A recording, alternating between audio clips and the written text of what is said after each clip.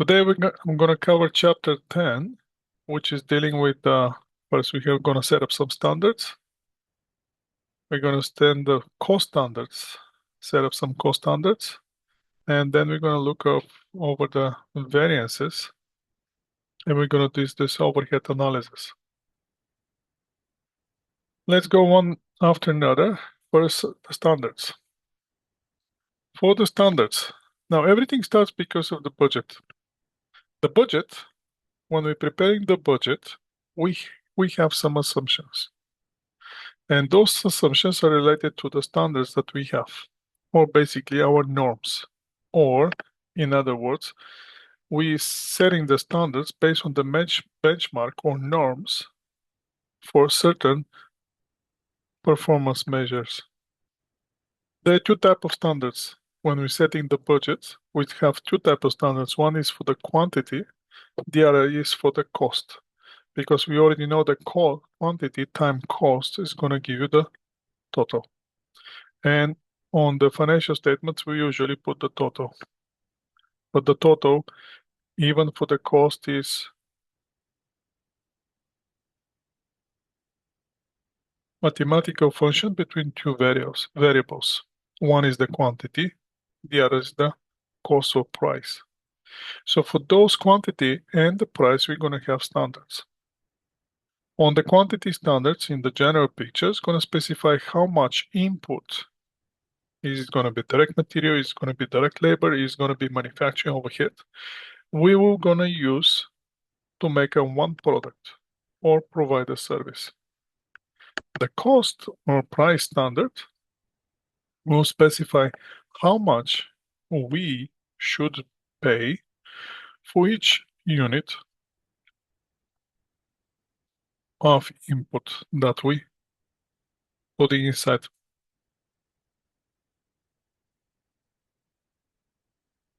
So basically we set them the standards for the quantity that we're going to use in our product and the cost which each quantity of those products or those inputs that we're going to use is going to cost us. We're going to have standards for direct material, direct labor, manufacturing overhead, since we make a product. Again, the product cost, the direct material, direct labor, manufacturing overhead. So for each of those costs, we're going to have a standards. We already saw on the budget, when we're preparing budget last time, that we start with the sales budget and then we're going with the production budget.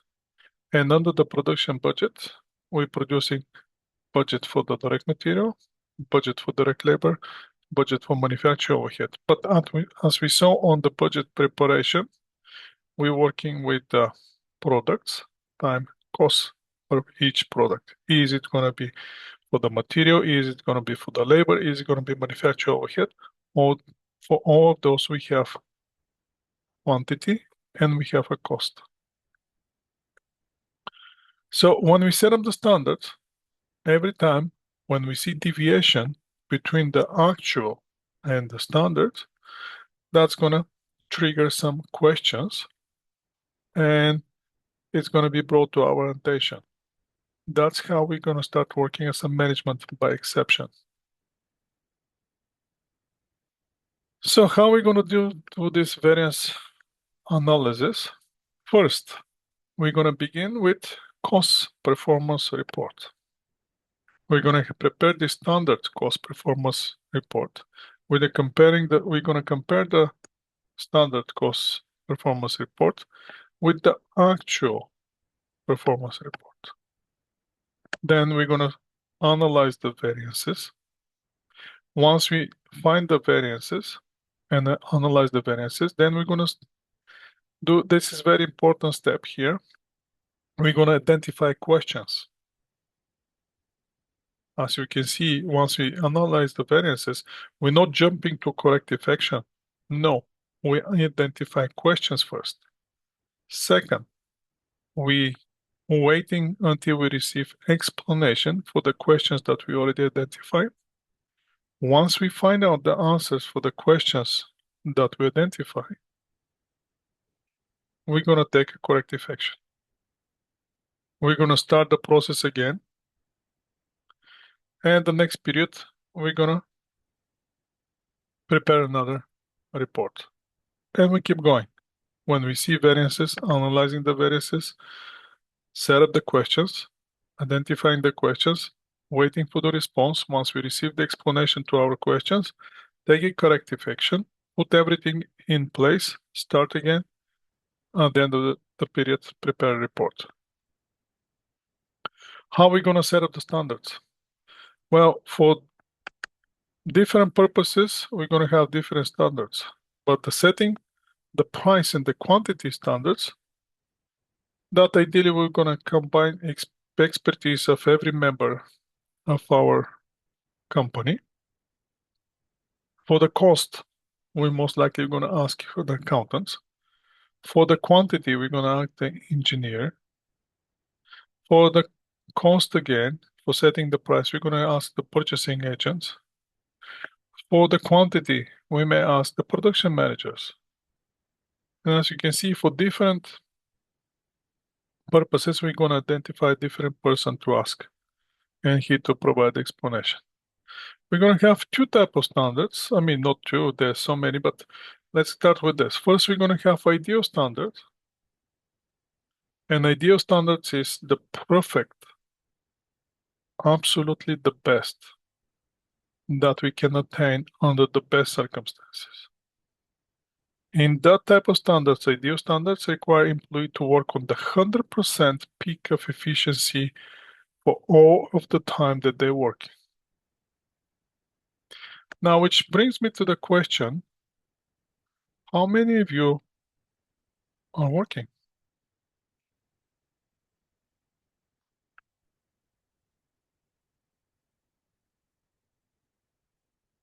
Is there anyone of you who are working? Okay, so I need your honest answer. If you're afraid to answer, don't answer. How many of you are actually working on the 100% peak efficiency for all the time that you are at work?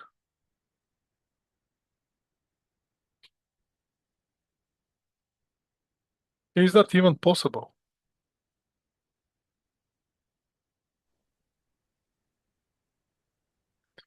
So, since that's impossible, we, as a managers, when we set up the standards, obviously we're not going to choose ideal standards.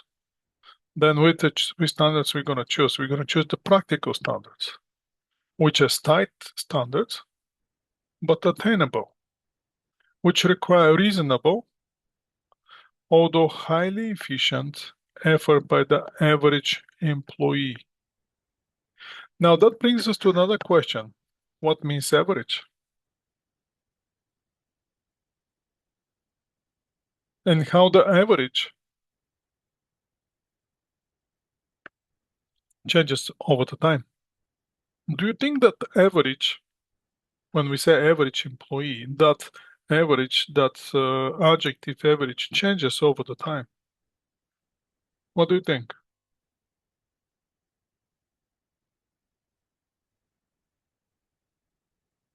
Do you think that the average employee, let's say 15 years ago, is equal to the average employee today?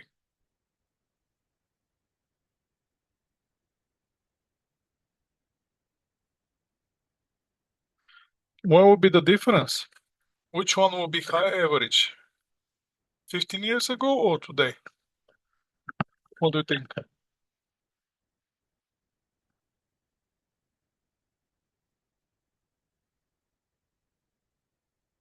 Today?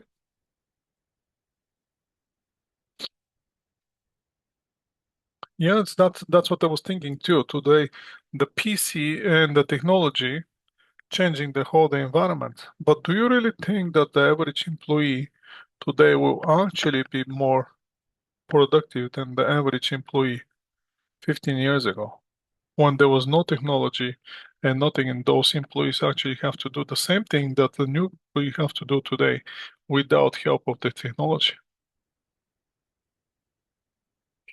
That will be something that we can think about. So now let's keep going with the setting our standards. We're going to have standards for the price, and we're going to have standards for the quantity.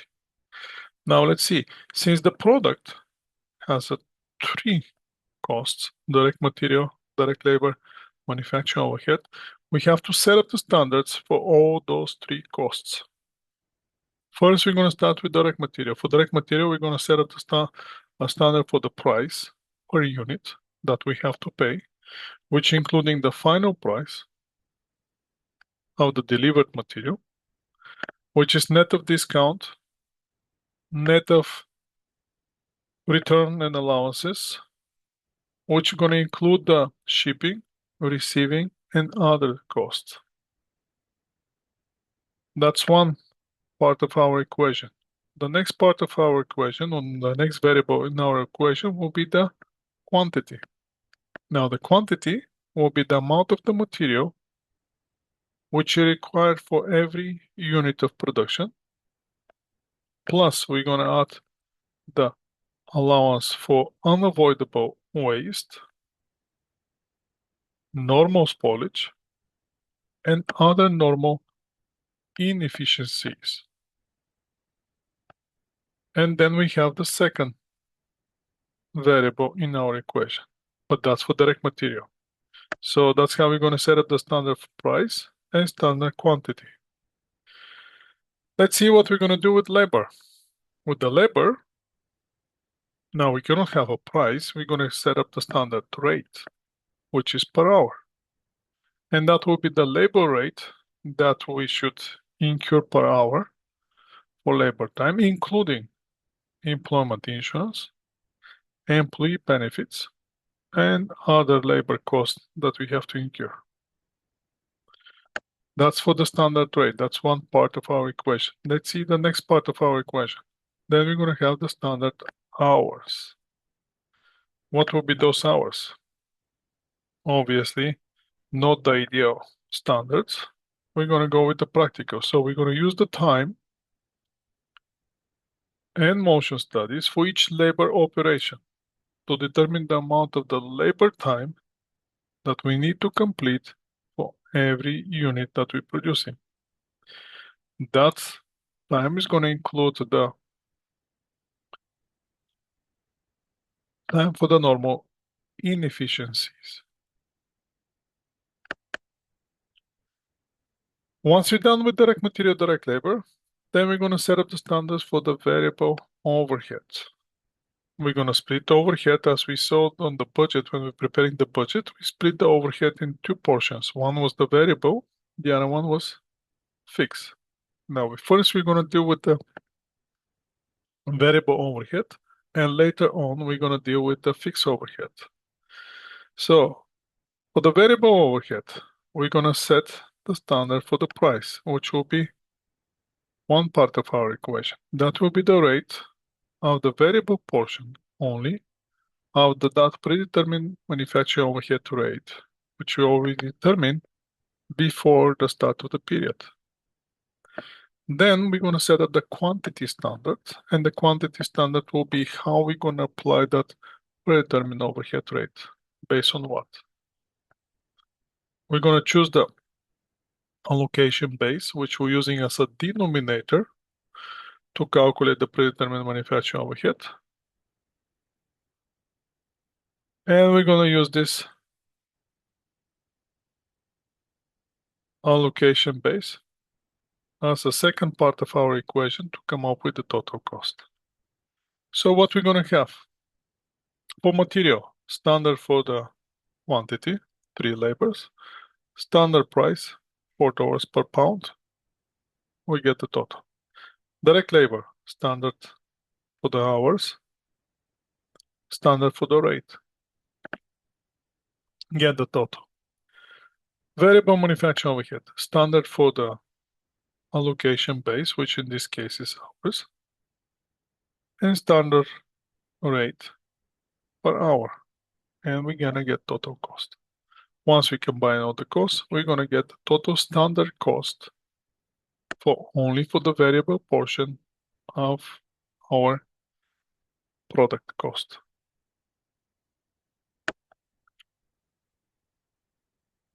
How are we going to do with the price and the quantity? Price and the quantity standards are determined separately for two reasons. First, purchasing manager is responsible for the raw material purchase, while the production manager is responsible for the quantity of the raw material use. So we have two people who are responsible for different things. And the other thing is the buying and using usually happen in different times. So we cannot expect that everything that we're going to purchase, we're going to use it to our production. We may use some, but not everything. Having that in mind, we have to ask ourselves, is the standard same as a budget? In reality, no. A budget is, again, quantitative plan of resources, financial information for how we're going to acquire them and how we're going to spend them.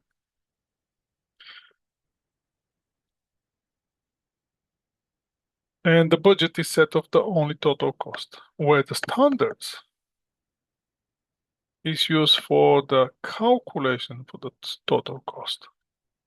So the standards are usually used for preparation of the budget, because in the budget we need the standards for the both variables cost and quantity. So let's go with the variances. Once we start comparing the variances based on the flexible budget that we're going to prepare, we're going to see for different costs, different variances. For the direct material, we're going to see price variance and quantity variance. The price per variance simply will be the difference between the price that we actually pay versus the price that we're supposed to pay and we set up in our standards. For the quantity variance, similar. That will be the difference between the actual quantity of material that we have used during the period versus the standard quantity of material with that we're supposed to use to make the same production as we did in the actual. Now, for different purposes, for different costs, we're going to use different terminology. In the big picture, material is going to have price variance and quantity variance. Labor, since we're not measuring the labor with price, we measure it with rate. For that reason, we're going to have labor rate variance. And since the labor is not now measured in the quantity, we're going to measure our employee based on their efficiency. So we're going to have labor efficiency variance. Then we're going to have manufacturing overhead spending variance and manufacturing overhead efficiency variance. Those are the variances that we're going to talk about the costs. So at this point, I'm going to stop right here. And I'm going to move to Excel spreadsheet. And for the time being, I'm going to stay a little bit with the Excel spreadsheet. Let me do some formatting first before I show the Excel spreadsheet. Okay, done. And let's go now with the Excel spreadsheet. On the Excel spreadsheet, what we have to do, we have to prepare some charts on which chart we're going to start adding those variances. Now, on one side, we're going to have the actual cost. On the other side, all the way here, we're going to have standard cost.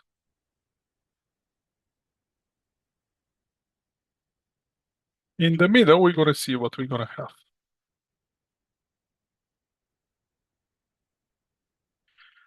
How are we going to get the standard cost? Well, we already know that the standard cost is going to have two variables. If we have to do the, let's go with the direct material first. If we have to do the direct material, for direct material, we're going to have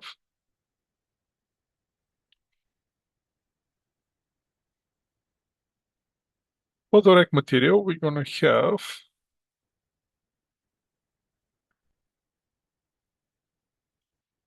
standard price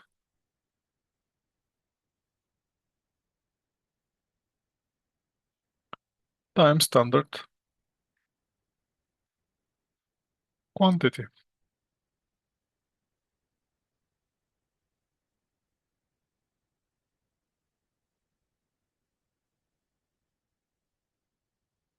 Then what we're going to have for the, now knowing that the standard cost will be simply standard price times standard quantity, what will be the actual cost?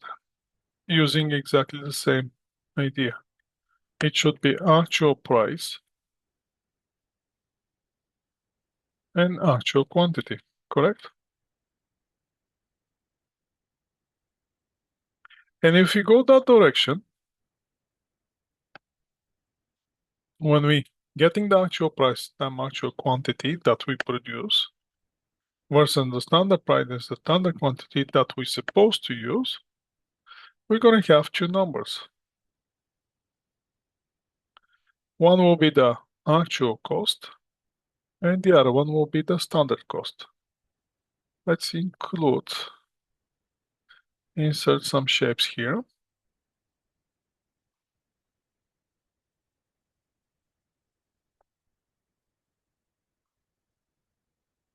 That will be my shape, but I have to rotate it first and leave it right here. That's what I'm going to have on one side. On the other side, I'm going to have exactly the same.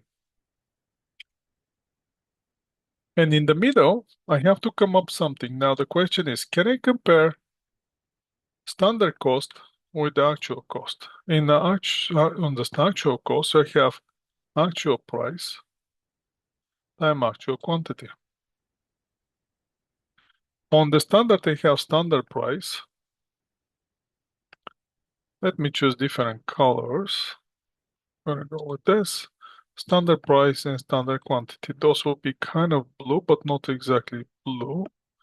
Little bit different blues. And this one will be actual price and actual quantity, like this. So how can I compare number here with the number here, which those four variables have nothing in common? And the answer is we can't. So what we can do is in the middle, we to adjust for the new number, which we're going to have something from the actual cost and something from the standard cost. Now what will be that? And that will be, let me change those one. That will be actual quantity here, actual price. I'm just going to flip the abbreviation, standard quantity and standard price. So in the middle calculation that I'm going to have, I'm going to include some number from this equation, which will be the actual quantity, and some number from this equation, which will be the standard price.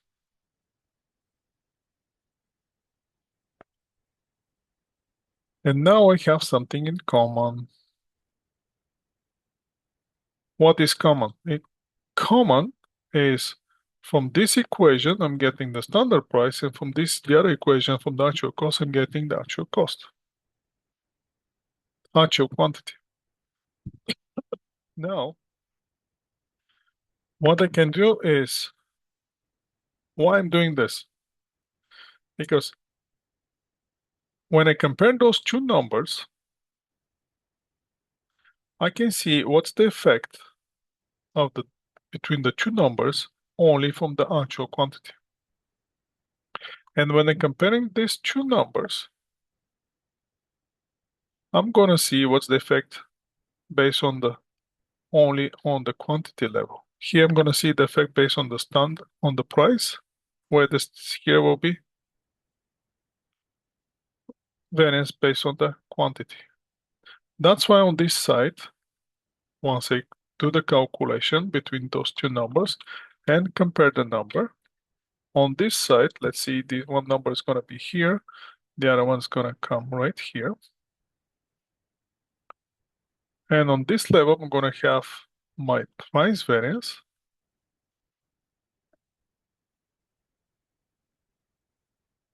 And on this side, on the other side, I'm gonna have my quantity variance.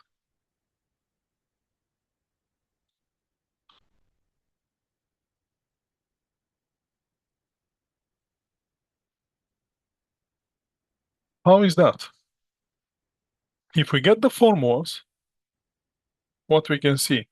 That we can see that we have actual quantity time actual price in brackets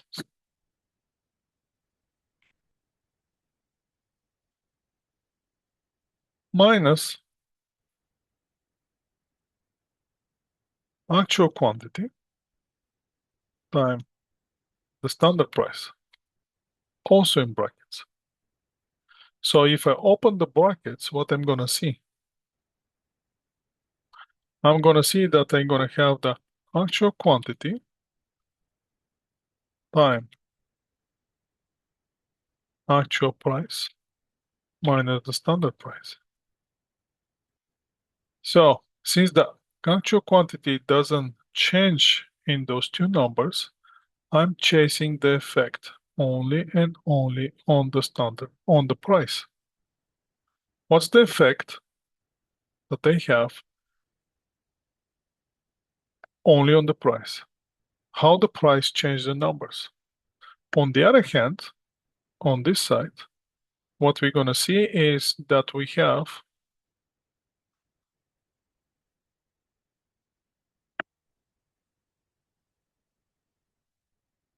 actual quantity time standard price in brackets minus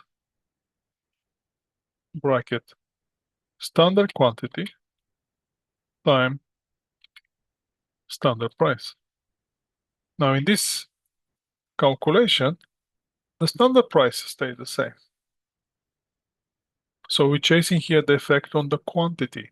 How this number changes compared to this number change only and only based on the change of the quantity. So what we're going to have, we're going to have the standard price, and in time, in the bracket, we're going to find the actual quantity minus the standard quantity.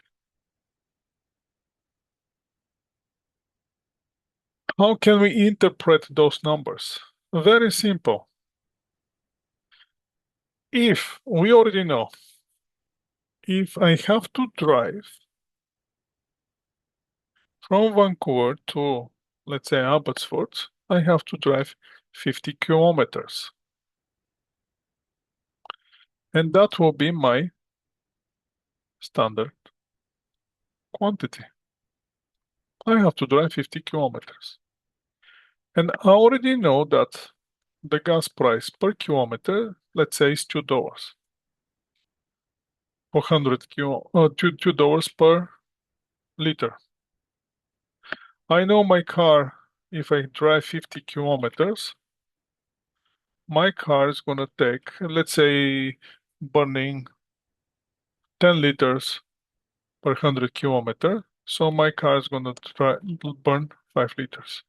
So now I can get my cost. If the cost per liter is $2 and I'm burning 5 liters, so my standard cost should be $10.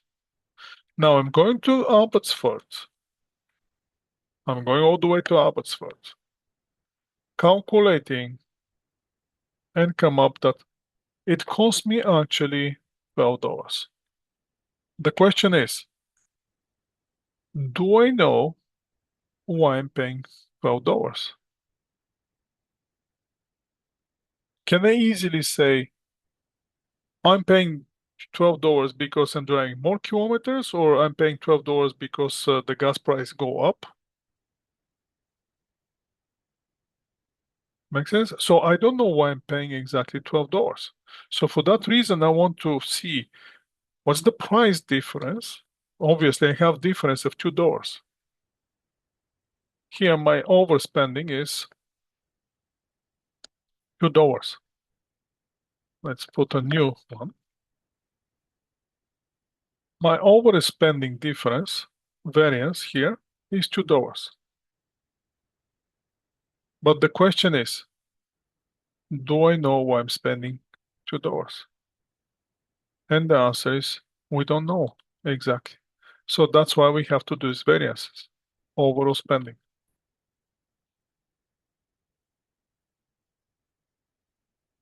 And our overall spending is, in this case, $2.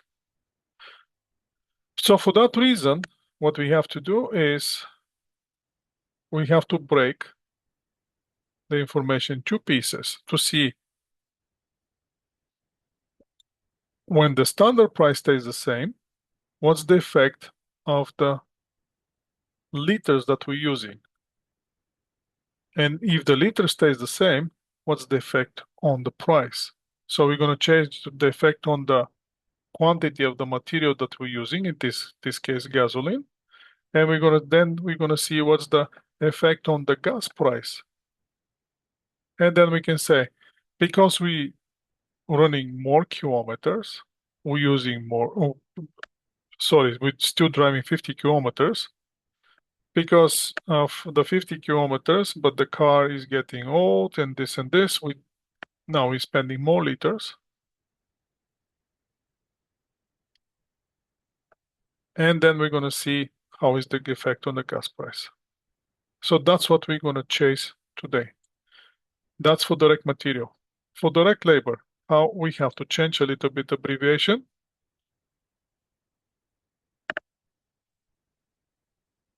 How are we going to change it? Very simple. We're going to change a little bit to adjust it to the direct labor. So I'm going to use exactly the same. I'm going to label the next worksheet direct labor. And for direct labor,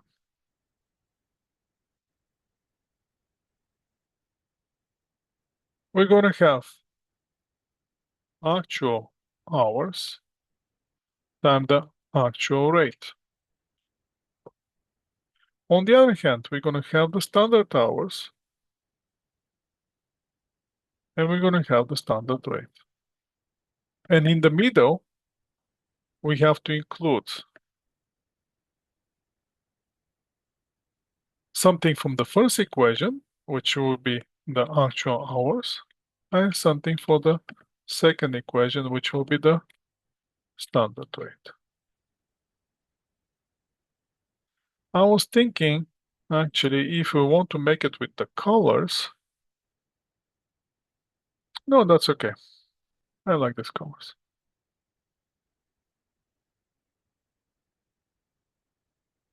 What do you think? Do you like the colors? This one we can change it in green, so they can be completely different like this. That's the only change that I would like to make.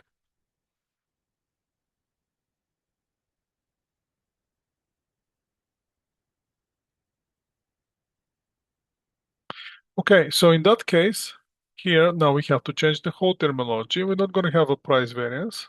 We're going to have a rate variance.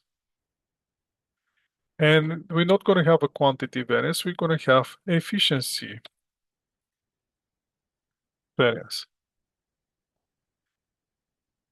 Overspending and overspending. Now we have to change that formulas as well. That will be actual hours times the actual rate minus actual hours times standard rate. And when that happens, we're going to have the actual hours to be equal time standard actual rate minus the standard rate. And that's how we're going to see the effect only and only on the change of the rate. Then the next thing that we have to do is to see the efficiency variance. For the efficiency variance, I'm gonna go a little bit easy here. I'm gonna just change actual quantity with the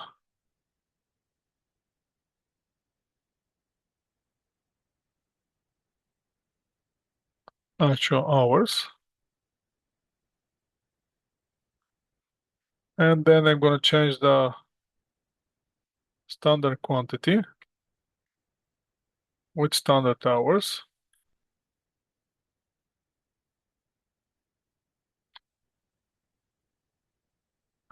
And the next thing that I'm gonna do, I'm gonna change the standard price with standard rate. And the next thing that left is the actual hours, actual price with actual rate. Actual price, I'm gonna change it with actual rate. And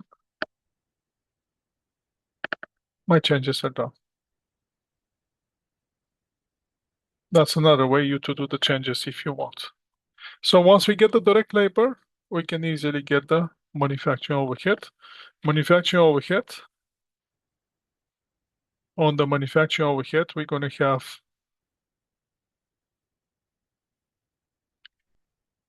price variance here.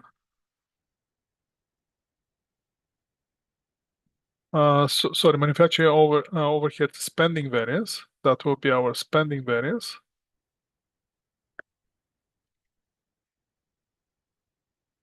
Variance, and on the other side, we're going to have efficiency variance. Luckily for us, if we use the variable manufacturing overhead, that's what the variable manufacturing overhead. For the variable manufacturing overhead, since we're not gonna we're gonna use the direct labor hours for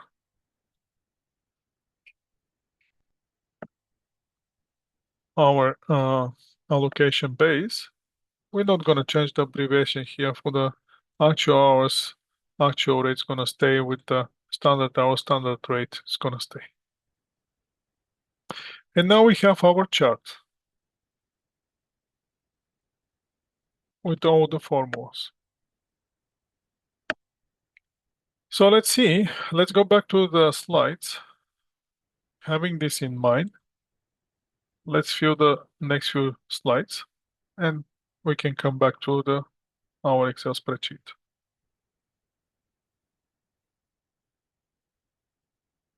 So for the direct material, we're going to have the actual quantity times actual price, and then we're going to compare the actual quantity with the standard quantity, standard price, and that's how we're going to get the spending variance. But again, the spending variance doesn't explain what's the effect on the only in the change in the quantity and what's the effect only in the change of the price. For that reason, we're going to use combination between the actual price, standard price and actual quantity to see the effect of the quantity when standard price stays the same and quantity only changes, and the price variance when the quantity stays the same, reality, the price changes.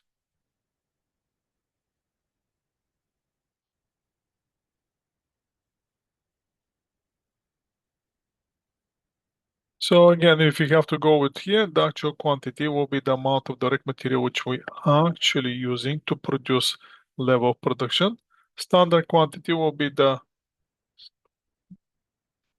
material that we supposed to use based on our standards to achieve the actual input of production. Actual price will be the actual price that we're actually paying for the inputs that we're using. And the standard price will be the amount that we're supposed to spend for the inputs that we're using. And for simple calculation part, again, we're going to have the actual quantity times actual price minus actual quantity times standard price. And on the other hand, the other side, we're going to have actual quantity times standard price minus the standard quantity standard price. As you can see here in this formula, the quantity stays the same, price changes. That's how we're getting the price variance. And here the price stays the same, quantity changes. That's how we get the quantity variance.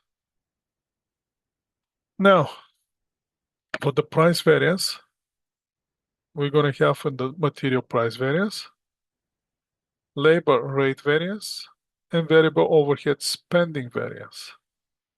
On the quantity side, we're going to have the material quantity variance, labor efficiency variance, and variable overhead efficiency variance again. So let's go now with sample examples to see how we're going to deal with those examples, how we're going to use those charts that we just created. Again, I'm going to share my screen with the Excel spreadsheet and we're going to go one after another. First thing first, we have to do the direct material. Let's do the direct material first. And for the direct material, we have the following calculation. I'm gonna push this one, everything a little bit down, and I'm gonna post this one, our question as a picture. So we have our direct material variance, and we have to calculate what's happened in this case. Is there variance? Is there no variance? Is the variance good? Is the variance bad? How is it for the company? Is it favorable, unfavorable? What exactly happening? Gonna make some adjustments here for the presentation of the numbers. And we're gonna start working with the numbers.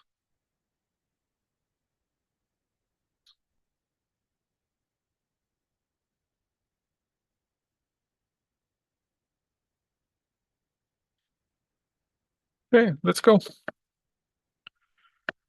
What do we know from this question? What we don't know about this question? We know that this company has the following direct material standards. So once you see here on the question, direct material standards, that means we're talking about direct material. Right there in the question is identify that we have to deal with the direct material.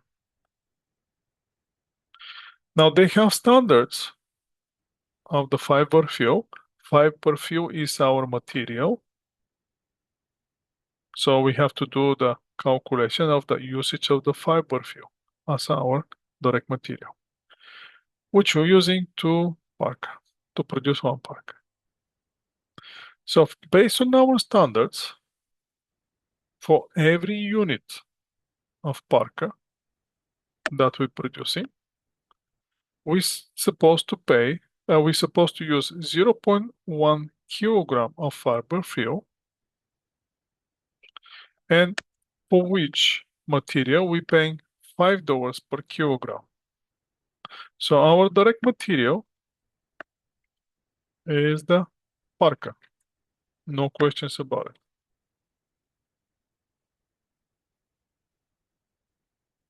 it. Sorry, it's not parka, it's the fiber fuel.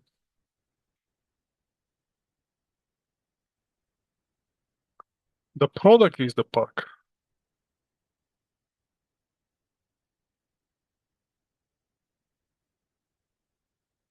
Direct material is fiber fuel.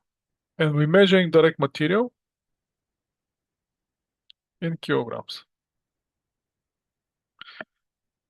So how much is the standard cost for 1 kilogram of the material that we're gonna use for our production? Can we easily see that?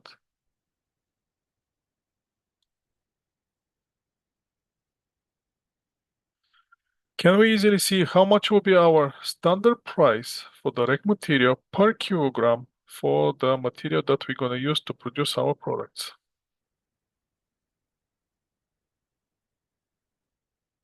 What do you think the price will be for 1 kilogram of material? No. 1 kilogram. How much is the standard price for 1 kilogram? $5. So we have our first number, $5. Let's keep going with the question. Last month, 210 kilograms of fiber fuel were purchased and used to make 2000 Parkers. So how many products produced? How many products we produce? 2000, correct? Okay, great. Let's leave it there. We're gonna come to those production a little bit later. Actually, I'm gonna put it here, 2000. We produce clearly 2000 products. All right.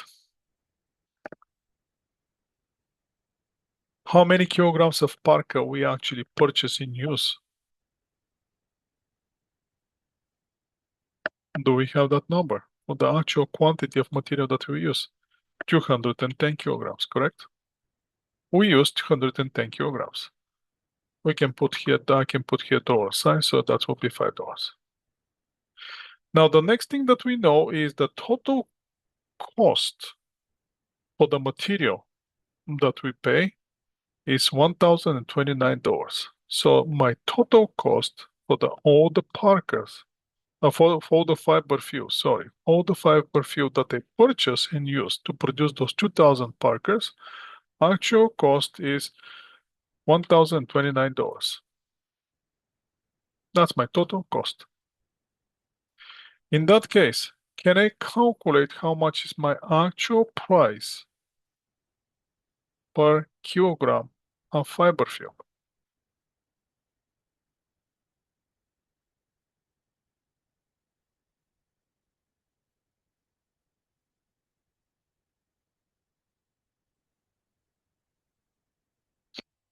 What do you say?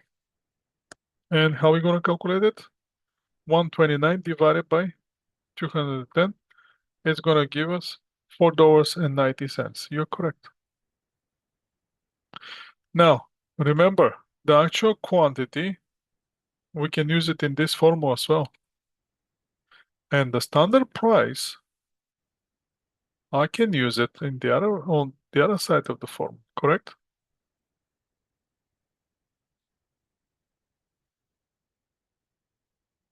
And that will be equal to those $5 here. And that's as a dollar sign. So as long as I enter here the actual quantity, that actual quantity is gonna come here. So now, can I calculate the numbers that I need right here? How much is my actual quantity times the standard price?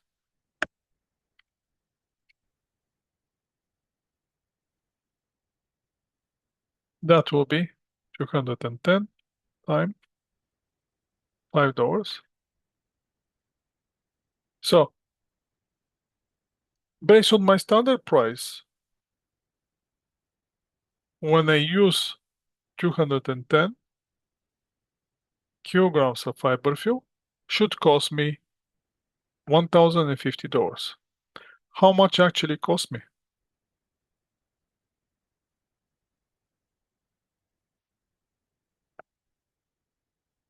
Can you see the actual cost? 129. So, based on my standards, I'm supposed to pay $1,050. But in reality, I'm paying 1,029. Is that good for me or bad for me? It's good. So is it favorable or unfavorable variance? Favorable. So how are we going to get it? This one minus that one's going to give us 21. But now, that's to some extent is correct, but on some extent is not. So how can I use this one? Because I want to do some universal formula here, so we can use it later. So probably I'm going to go with the logical. And I'm going to go with the logical function, which will be if bracket this one minus that one in the bracket is less than 0, then calculate me this one minus this one. If it's not, then calculate me this one minus that one. And that's how we're going to get it. Now, how can we make favorable unfavorable in order to work in relation to the actual cost and the standard price times actual quantity? That will be again logical. And if logical test will be if this one minus that one in brackets is more than 0. If that is true, then I want unfavorable. But when it's false, I want it favorable. And let's see what's going to happen. Now it's favorable variance. Boom, just like magic. And we have our formulas.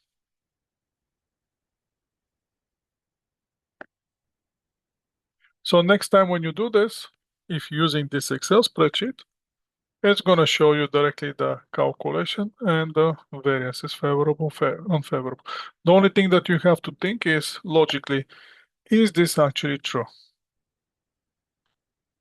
So every time when you use this calculation, you're checking yourself. Every time when you use ChatGPT, check yourself. Is this whatever the technology tells you makes logical human sense? If it makes logical human sense, yes, use it as answer. If it doesn't, go back to the board, do it as a human.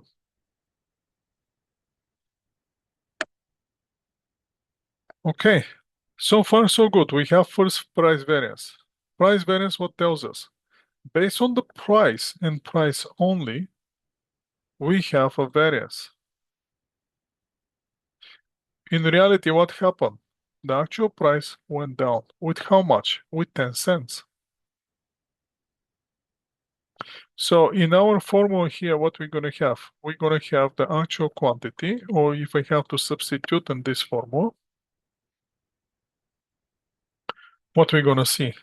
We're going to see the actual quantity is 210 times the standard price now is $4.90.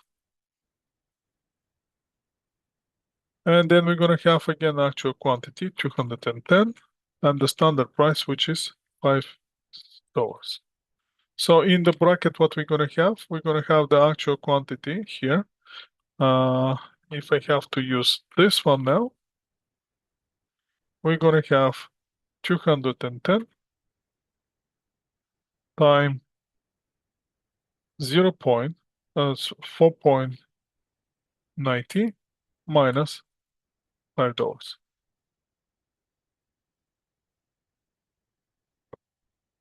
So I have reduction of the price with 10 cents.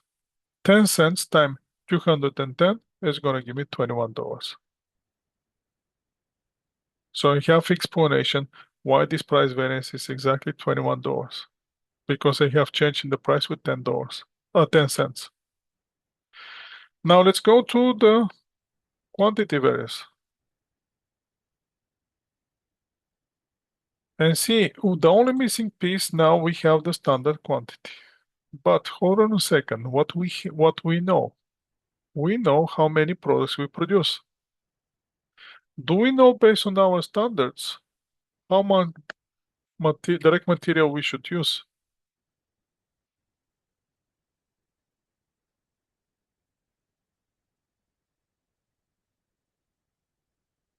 To produce one unit. Do we know that? How much material we need to use to produce one unit?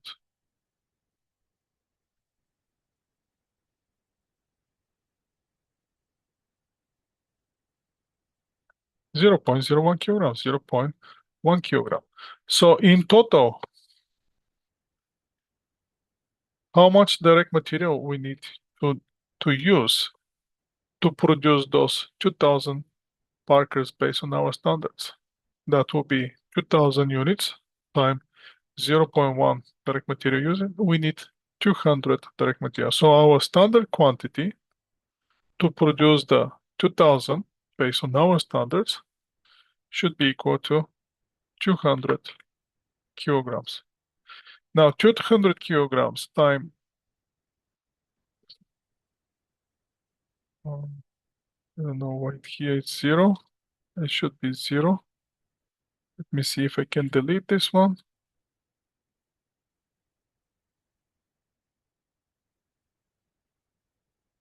Why this cell here is zero?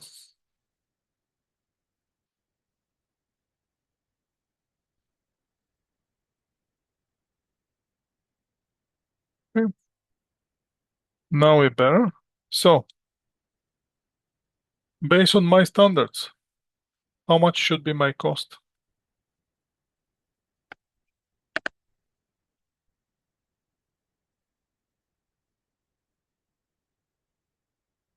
$1,000, correct?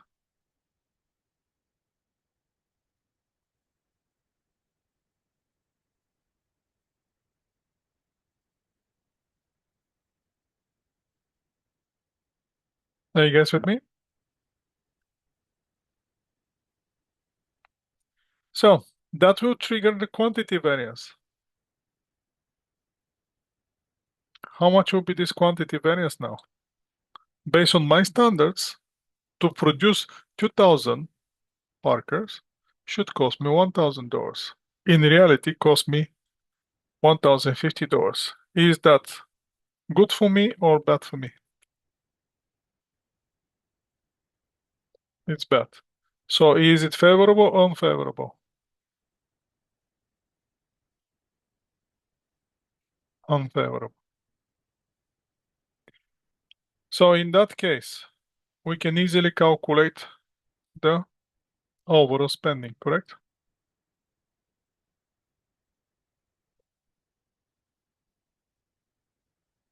For the overall spending, now we have to use some, again, formula. I'm going to stick with the formula. And for that, I'm going to use, again, if function, the logical function. If the logical test will be, again, if this number minus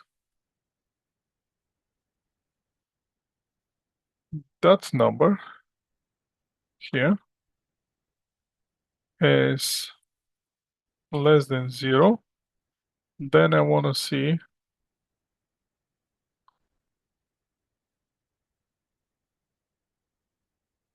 this one minus this one. But if the opposite is correct, I want to see this one minus that one. And I get my 21. Now I have to come up with the idea, is it favorable or unfavorable? Now again, I'm going to use that logical function. If logical test will be if this one, again, same idea, this one minus that one is less than 0. That means I'm in favorable.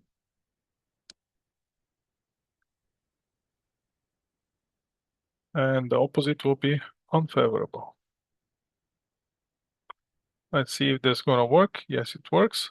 So basically, on overall spending, I supposed to spend, based on our standards, we're supposed to spend $1,000. In reality, we spend $1,029. Is that good for us or not good for us?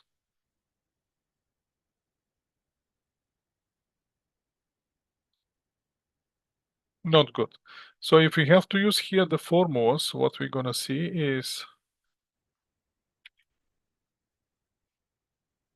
actual quantity is 210, standard price is 5.00, and the standard quantity is 200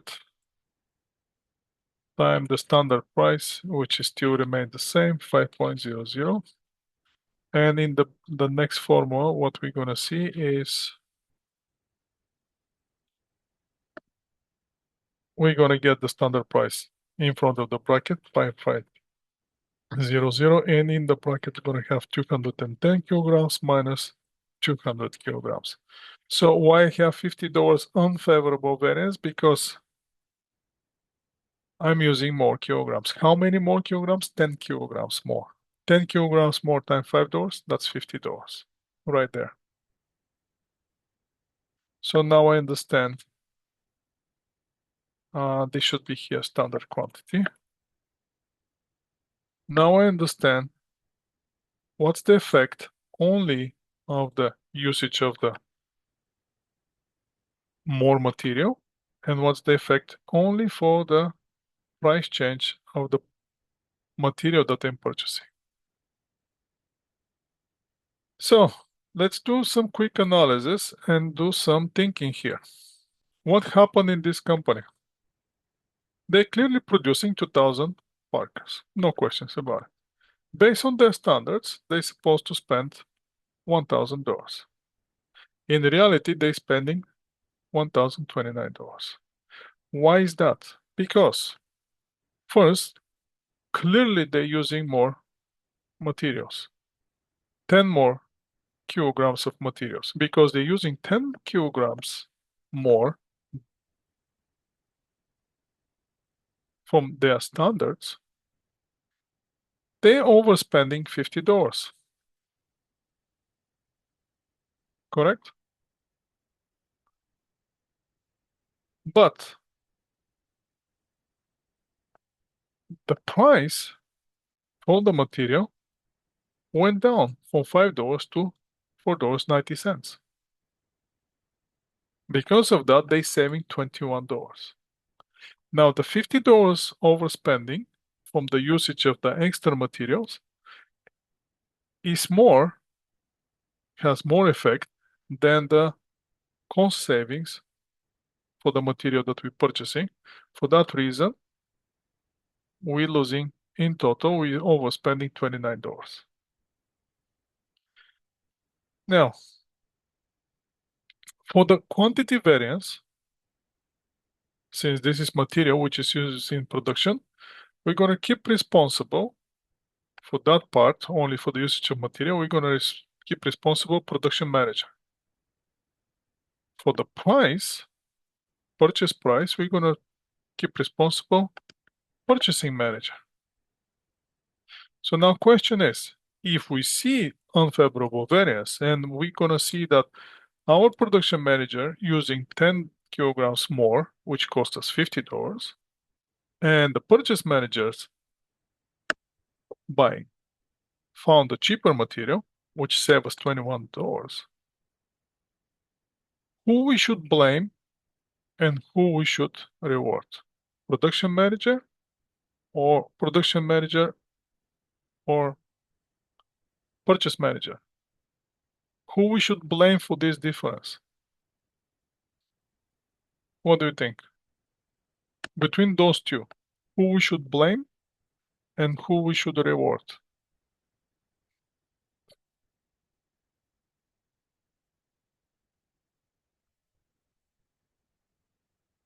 What do you think? Give me some suggestions.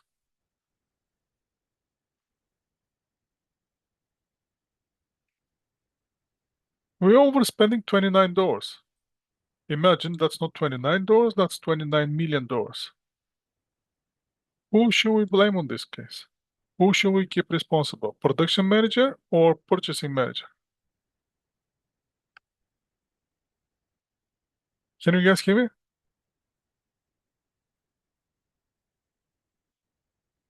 Purchasing managers give us cost saving of $21. Can you see it? Production manager give us unfavorable or overspending of $50. Who we should blame? Production or purchasing?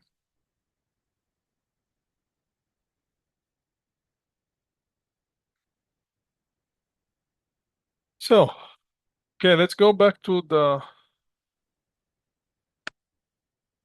slides for this case. Before we go to the blaming part, let's see how the slide's dealing with this scenario. Again, the slide's not going to do any different. They're going to start plugging the information. We have $5 standard cost. We have 210 kilograms actually used. Then we're going to come up with the actual price per kilogram by knowing the total cost and the actual kilogram used. Then we're going to have the standard quantity that we need to produce 2000 Parkers if we use 0.1 kilogram per Parker. And then we're going to have the variances, quantity variance and price variance with 21 and 50. If we have to use the formula, the way I show you, again, the formula is right here.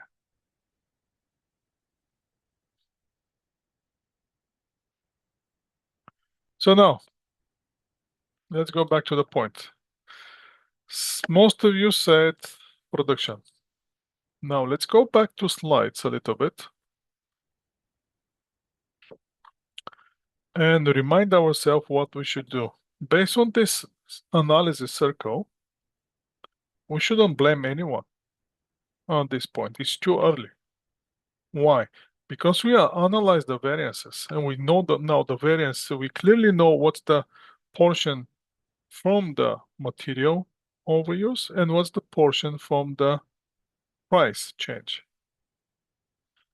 After that, what we have to do before we take any corrective action or make any assumption, we have to identify questions. And we should ask those questions, production manager and the purchasing manager. Once we receive the explanation, then we can take corrective action. Now imagine this. We're going to the production manager and asking, hey, why are you using 10 kilograms more from our standards? And he comes with the following explanation. Well, that's because the purchasing manager give me those cheap material. That material with the low quality than the normal material that we're using for our Parkers. For that reason, first they have to use more material to keep the same quality of our products. And second, because of the lower quality of the material, the machine gives me more wastage.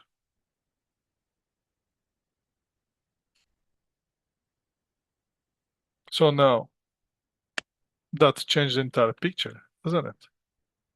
So for that reason, for me, it's very important you to understand that before you taking any action, I know once we see the differences, I know we already biased. I know we're gonna get with those assumptions, and we start, making the conclusions.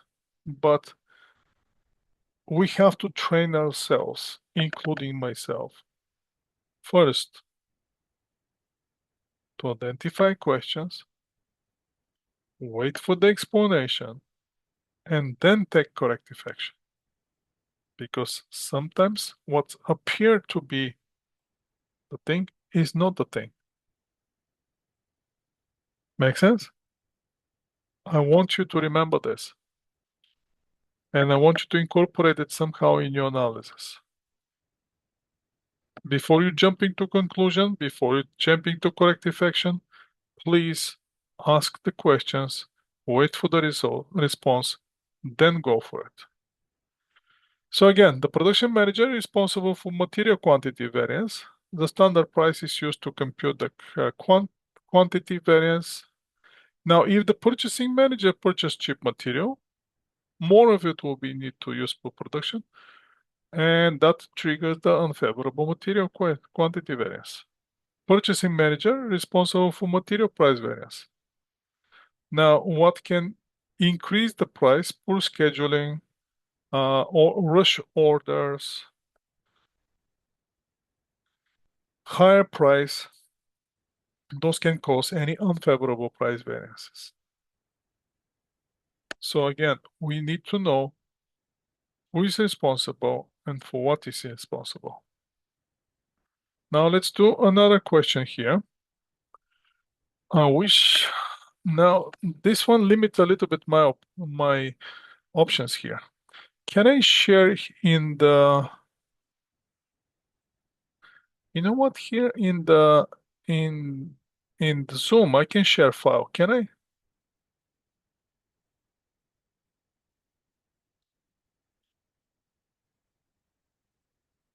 What do you guys say? Can I share file?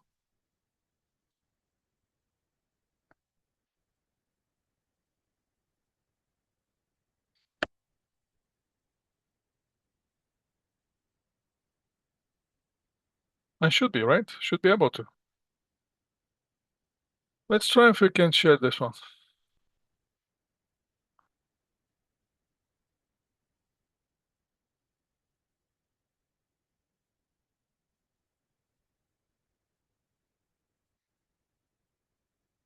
Let's save this one here and let's see if I can file and share it. I think I'll be able to share it.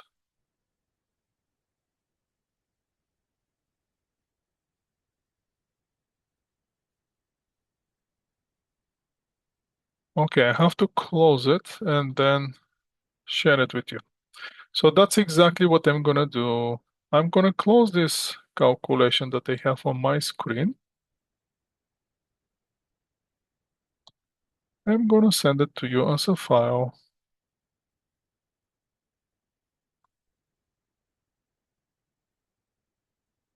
Oops, sorry, I sent it only to one person. Let's send it to everybody.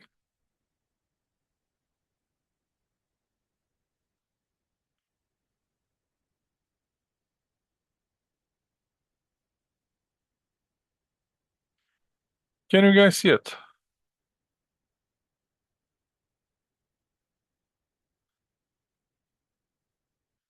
Now take it and let's start working with this.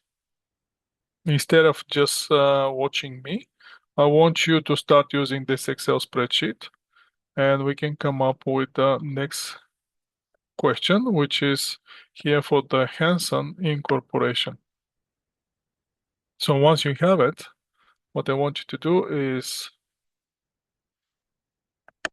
open it, obviously.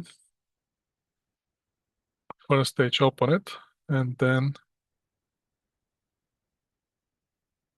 let's start doing the calculation together.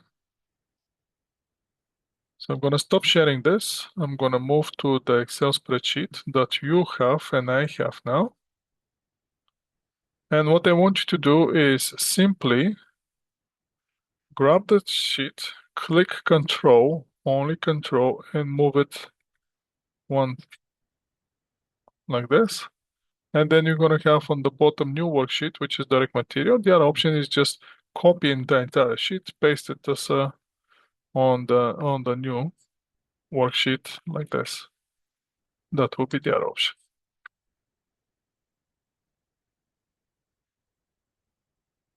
Whichever option you like. So after you do that, I'm gonna pause the slides here, the question from the slides, and we can start working on this question from the slides all together. So as you can see, what we have to do is I have to delete this row here, and I'm gonna delete this row here.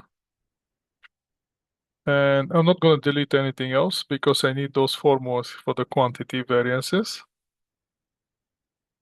But those formulas we're gonna adjust it later.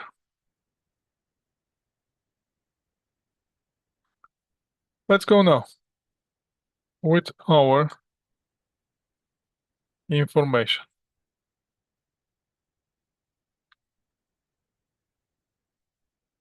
And move this one a little bit right here.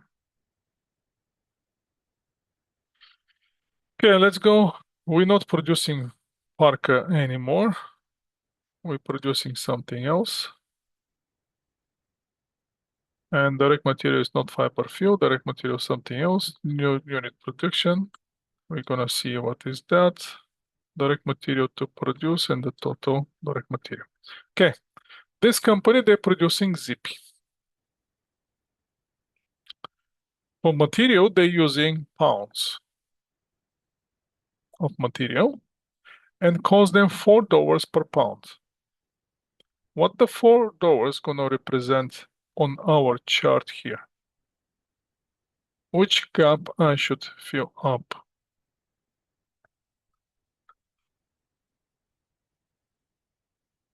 What do you think?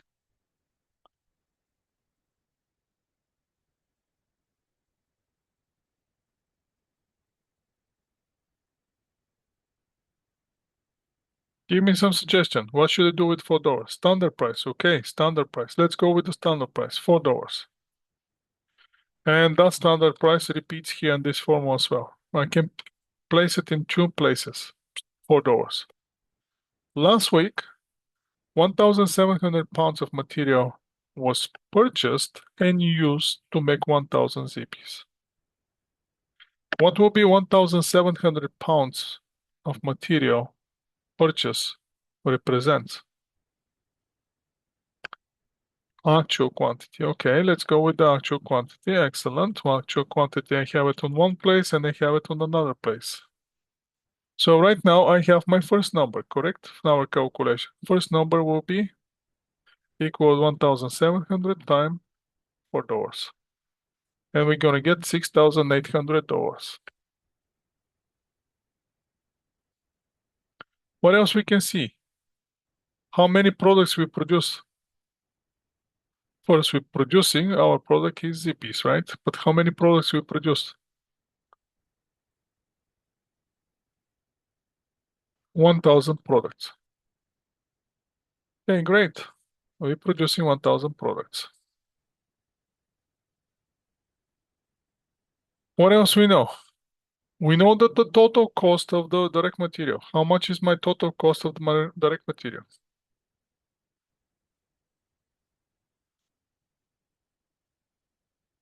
6,630, correct? How much is the actual price for my material that I'm paying?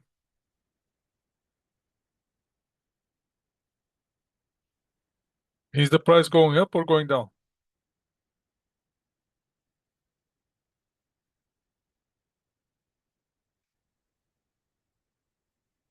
Going down. So what that's going to give us? Favorable or unfavorable variance if the price going down? Favorable variance.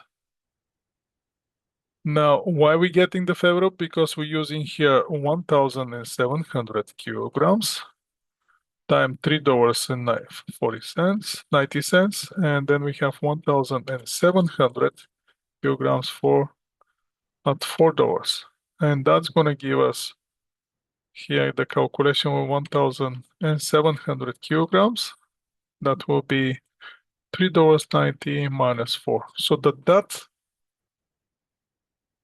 10 cents, 10 cents difference time 1,700 pounds is going to give us $170 favorable variance. Can you guys see it? Do you understand why $170?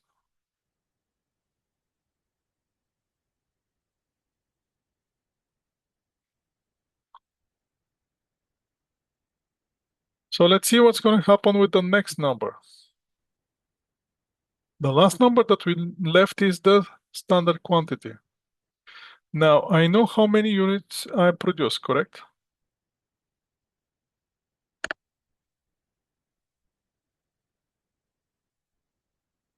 What else I know? Do I know the direct material that I supposed to use to produce 1 unit?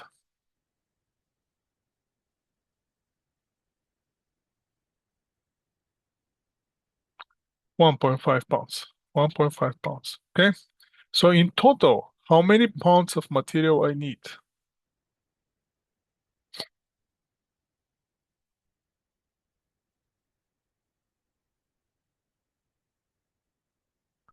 $1,500. So let's plug this number here, 1,500. And I have my last piece of the puzzle, correct? 1,500 times $4 I supposed to pay. Now, based on my standards, in order to produce 1,000 ZPs, I need to use 1,500 pounds of material at the cost of $4. In reality, am I overusing material or underusing material?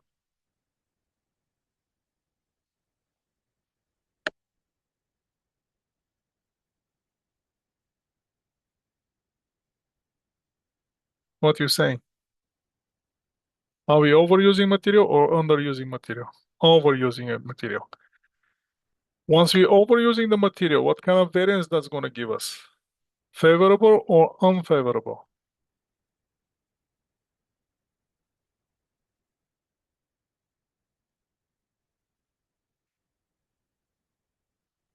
Unfavorable variance. So let's plug the numbers here. So now we're going to have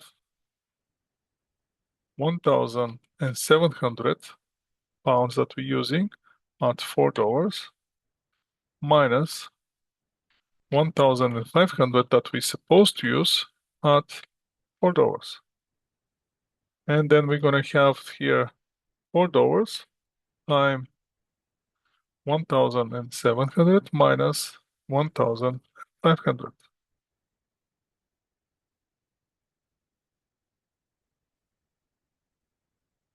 So in overall picture, are we overspending or underspending?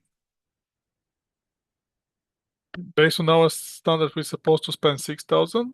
We spending 6,630. Are we overspending or underspending? Overspending. Is that favorable or unfavorable? Unfavorable. Now the question is, why are we overspending? And that's where you come. So once you see those numbers, everything looks fine with the numbers, right? But now why you need as a manager is you to explain the people why you're overspending. Numbers are just numbers. But for the person who see this, those numbers doesn't speak too much, doesn't mean anything. And you as a manager is the one who coming and say, listen, you're producing those 1,000 ZPs, great job. Now, in total, you're overspending $630. But why you overspending is because instead of 1,500 kilograms of pounds, using 1,500 pounds of material, using 1,700 pounds of material, which is 200 pounds more than your standards,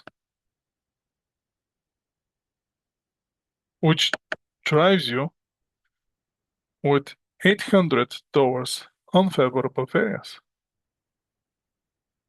Because based on your standards, we're supposed to spend $4. Now, in reality, the money that you're spending per pounds are not $4, they're $3.90, which gives you savings of $170. But the savings from the 10 cents saving on the cost per pound is not enough to overcome the overusage of 200 pounds of material. That's why you're spending $630 more. That now makes sense, correct? So that's why it's important for you to understand that if you're planning to go to Abbotsford, you're supposed to spend $10 on the gas. And when you go to the Abbotsford, you're spending $12. You can say, okay, I'm spending $12 is not because I'm driving more kilometers, because the gas of the price went up, right? Or can be combination of both because I had to stop in Surrey, do some shopping, and then go to the Abbotsford.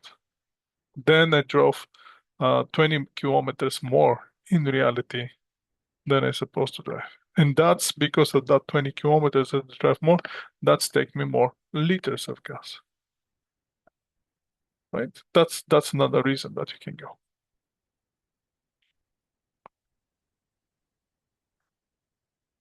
So that's with the direct material. Now there's one more thing with direct material.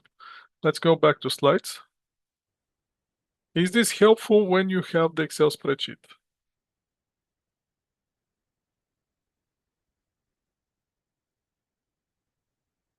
Were you able to fill the Excel spreadsheet with me? Okay.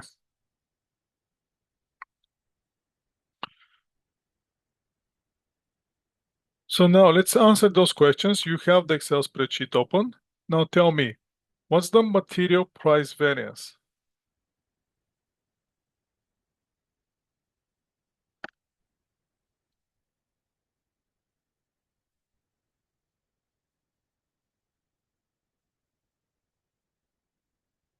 All right.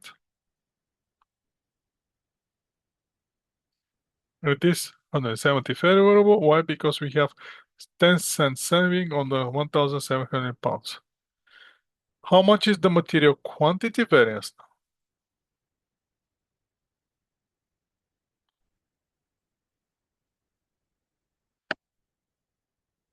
800 unfavorable.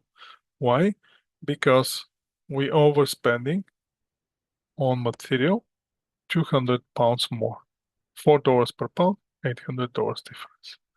Excellent. And now they're preparing the chart that we already have.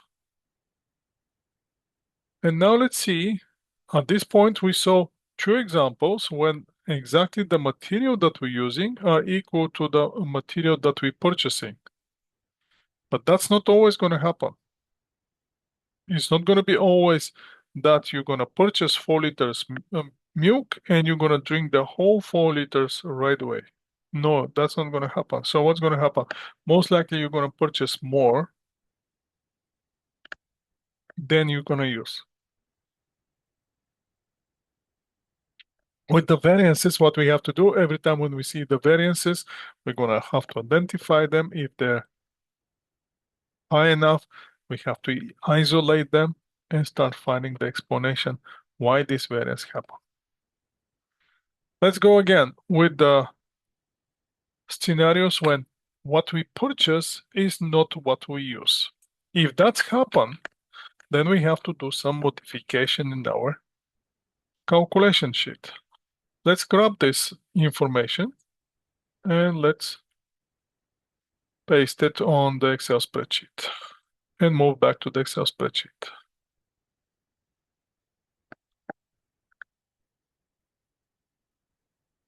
Now, this one will be tricky. If you can catch up with me, stay with me. If you cannot catch up, don't worry. I'm gonna share with you the information right away once I'm done with this. Now, what we have here is pretty much the same information. Let's get rid of this and fill up those blanks again.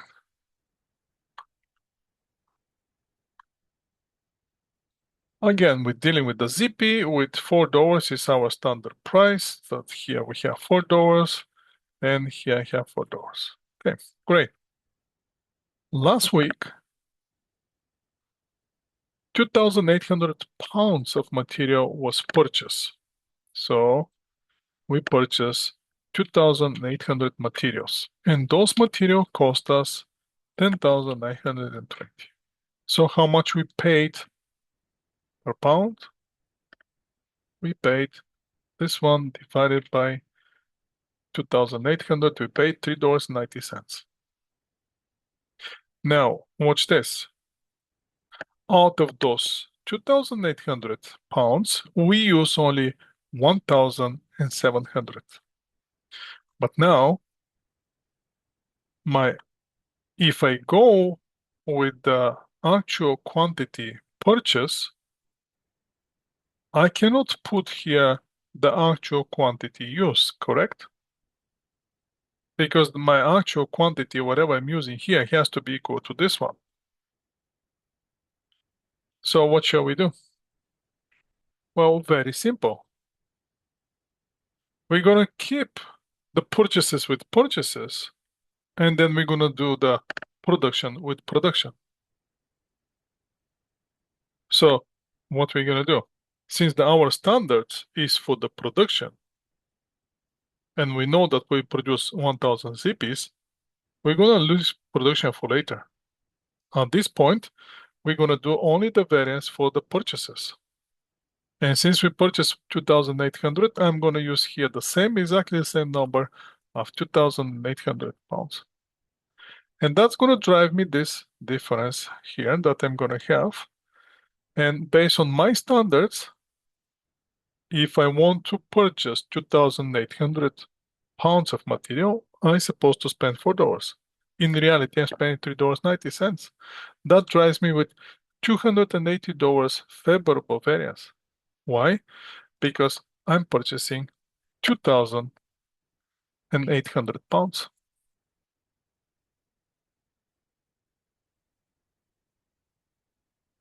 And 2,800 pounds, and I have saving of 10 cents per pound. And that drives me that $280 variance. Excellent. How about the quantity variance? Well, the quantity variance, obviously, now I cannot use these numbers. Why? Because my quantity is based on the units production. And based on my units production information, I'm supposed to use 1,500.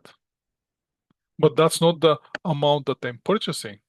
So what I have to do, I have to do new calculation. So in this case, and only in this case, we won't be able to get the overall spending variance. So this one will disappear.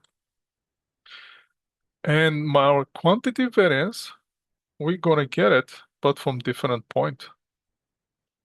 I'm gonna cut this from here and I'm gonna paste it right here. Not that one. I didn't want to paste that one. I wanted to cut and paste only this information, or I just can push it down. Let's push it down. Let's see what's gonna happen. If it's gonna let me. No, it's not gonna let me because those are merged. Let's unmerge it first, and then we can do whatever we want.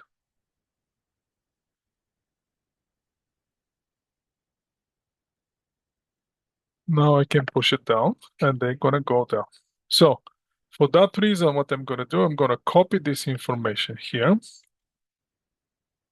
Not that information.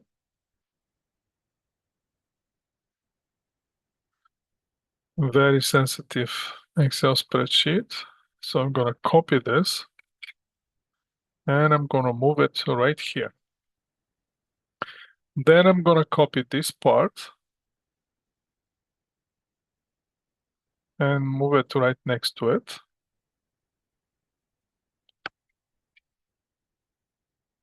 Here. And then we're gonna copy this one and move it here. This. And the next thing that left is I'm gonna insert one more row here. I'm gonna get those two. I'm gonna push them right here. Okay, I have what I wanted. So now, as I said, this one will be not applicable here. And this standard cost, we're not gonna do it here. In fact, I'm gonna delete everything from here. This one's gonna disappear. Those gonna be blanked. For the standard cost, we're gonna use different numbers. Which numbers we're gonna use? We're gonna use the numbers of our production. And our production was, in reality, we use 1,700 pounds. And based on our standards, that's supposed to cost us $6,800. Now, 1,700 pounds that we actually use to produce 1000 ZPs. Now, since we need 1.5 pounds for one product, we need 1500 pounds, for which we have to pay $4. So that's gonna drive us our calculation here. And let's see which row I am. I actually posted on the wrong row. That should be copy from here and paste it right here. And that's how I'm gonna get the 800 unfavorable or quantity variance. So the conclusion is, for the price variance, we're gonna use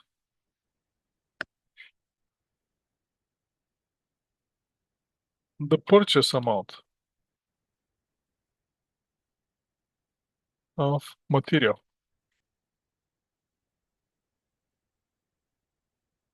Where in the other, on the quantity variance, for the quantity variance, we're gonna use the direct material used in production. Of course, we can only have the quantity variance for the direct material used in production and the price variance for the direct material purchase. And that's all.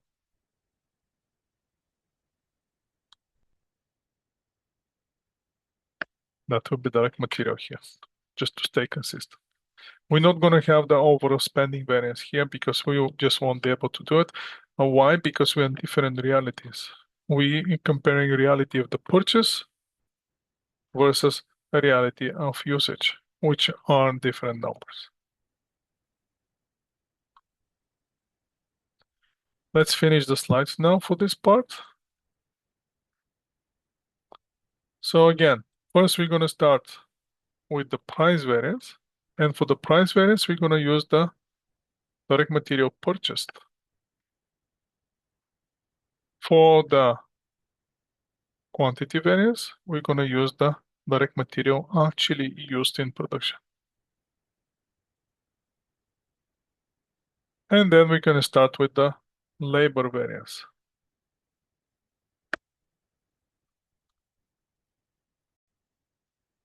Labor variance. Let's go now with the labor variance.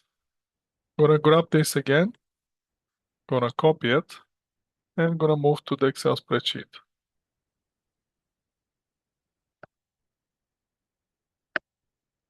And now I'm gonna use the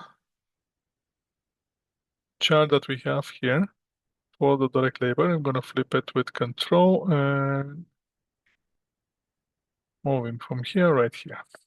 And now I have my direct labor situation. For the direct labor, what I need to do is push this one down and paste the question.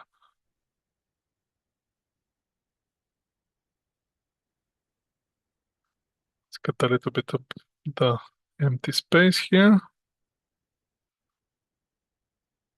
And let's start filling the gaps now. What we know, what we don't know. We know that for the direct labor standards, it clearly says direct labor standards, we need 1.2 standard hours per worker, for which we're paying $10 per hour. What the $10 per hour is going to represent in our chart? By applying the same logic from direct material. Standard rate, correct. So that will be $10 per hour. Let's make it dollars. And that will be equal to $10. We have our first number. Next thing, last month the employee actually worked 2,500 hours. What should I do with 2,500 hours?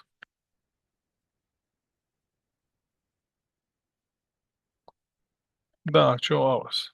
So 2,500 hours. Let's make it number, and that will be equal to this number. The way I see it, I have my first calculation, correct? And that will be the first number, 2,500 times $10, it's gonna be 25,000. And that's a cost, dollar amount. Okay, how much total is we spent on the labor?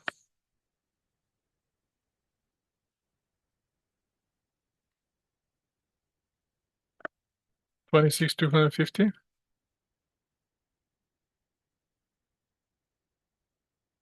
So what will be our actual rate per hour that we actually paying to our employee?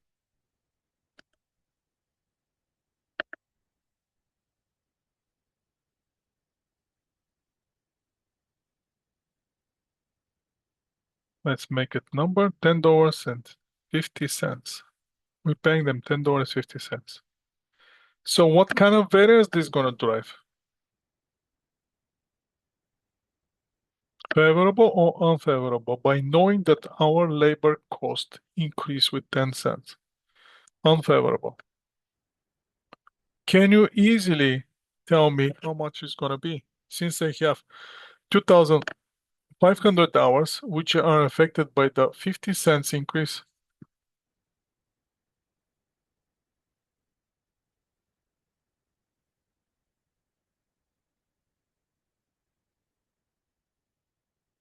So what I want you to do is, if you're smart, what you're gonna do is go to direct material calculation, copy the line 29. No, that will be here. 24, Control C, Control V, 24, and gonna post it right here, and you should get the numbers.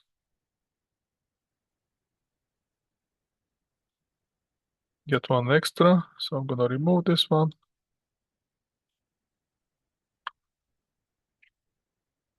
So our variance is 1,250 unfavorable. So we overspending $1,250. Why we doing this? Because again, we have first increase of the rate of the employee that we paying 2,500 times the actual rate is $10.50.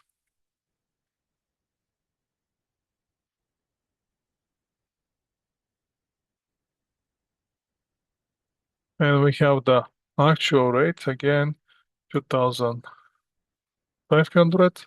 Standard rate is $10 per hour. And that drives us to the next calculation, which is 2,500 hours times $10.50 minus $10.00. And that's how we're getting that variance $1,250. 50 cents times 2,500 hours. Okay, great. Now the next thing that we're missing is standard hours. But for the standard hours, what do we need? We need the production, correct? And I know my production is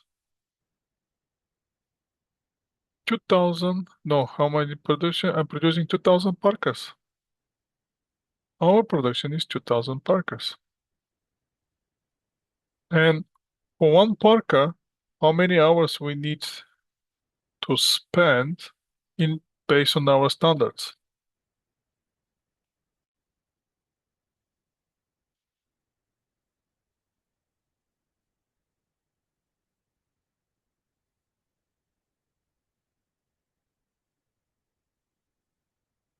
Based on our standards, we need to spend 1.2 hours, correct? So that gives us the total direct labor that we need to use is how many hours based on our standards to produce those 2,000 units, 2,400 hours. And that will be our standard hours that we need. So now I have my last number, which last number is 2,400 hours times $10 per hour. It's gonna give me $24,000. So based on our standards to produce those 2,000 Parkers, we need to spend $24,000, and that should be our cost. In reality, our cost is 25,000, only and only for the effect of the standard hours that we're using. So what kind of, and what you can see is are we overusing hours or underusing hours?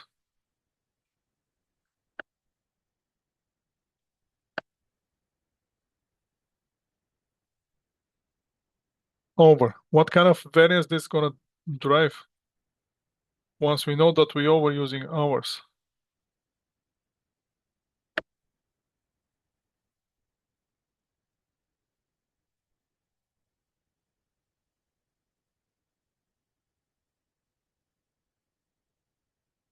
Overspending, correct?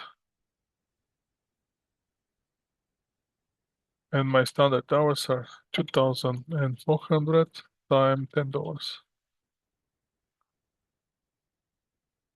which brings us to, oops, actually, I shouldn't do this, right? I should copy this first and put it here. 2,400. Now that's 500 here. Standard is 500 times $10. And then I have 2,400 times $10. And then we're gonna have here, the new calculation will be the standard rate is $10 times 2,500 minus 2,400. And we're done. So how much is our overall spending? Are we overspending or underspending?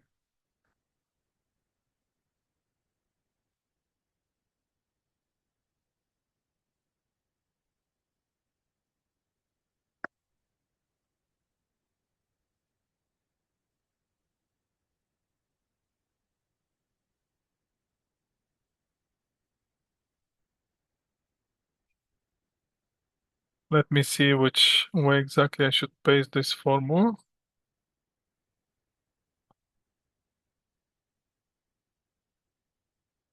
Maybe I have to paste it one down. Let me see if this is gonna work.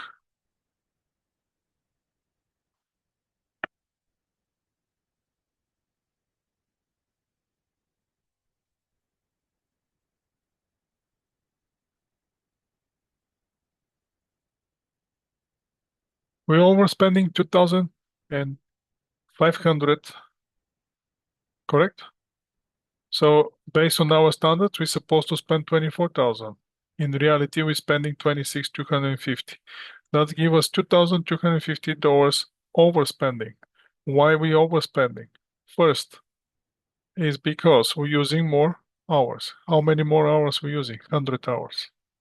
100 hours more times $10, that's gonna give us $1,000 unfavorable efficiency variance. So we're not efficient in our hours.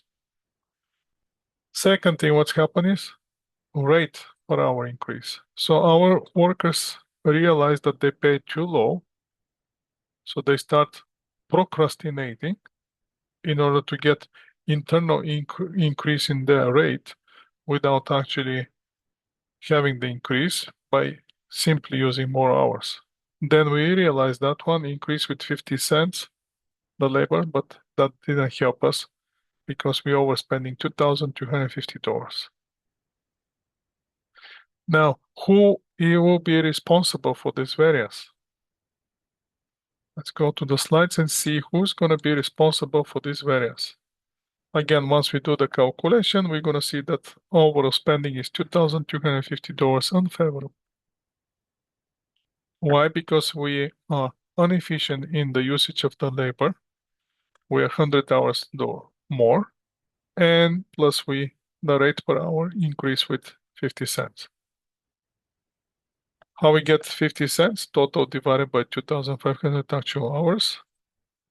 And how we get the standard hours that we need?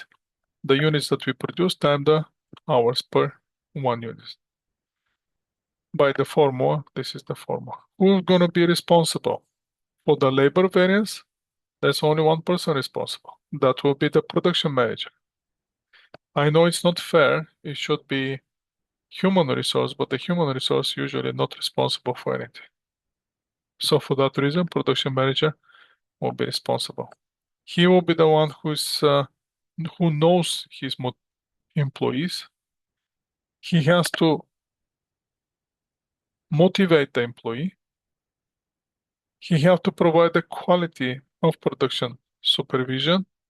He has to provide the quality training, and he has to mix the skill level of the employee with the assigned work. So it's like a coach for the soccer team. He knows the players. He knows what his individual characteristics. He knows what he wants to achieve. It's his responsibility to put it in the right place, give them the right direction so they can do exactly what he wants them to do in order to achieve the goal that he wants them to achieve. If something goes wrong, it's his responsibility. The only thing that I can tell you in the production, be careful when you're mixing the employees. If you have one good employee and wandering and you have one not so productive employee, don't mix the very productive employee with the low productive employee. Why? Because that's after 2 months, you're going to have two low productive employees. You have to understand, in reality, bad things always prevail. It's not by definition, but that's the reality. The good things prevail, but that's not the reality. Unfortunately, it's the opposite. If you mix the highly productive employee with the very low productive employee, after 2 months, you're going to have two very low productive employees. It's very easy to learn the bad things. It's very hard to learn and to keep doing the right things over and over again. Having that in mind, let me save the Excel spreadsheet and share it with you again. And then we're gonna go and do the next one. And for that reason, I'm gonna create a new worksheet for you. I'm gonna paste you the new question, and then we're gonna start moving the information. This will be the new question. Gonna give you jump start this time, so you can be more productive. Production is gonna go. This one's gone. This one's gone. It's gone. This one's gone.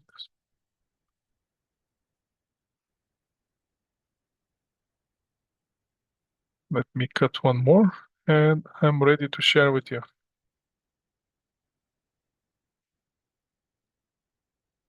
Okay, I have to save it and close it, and then I can share it.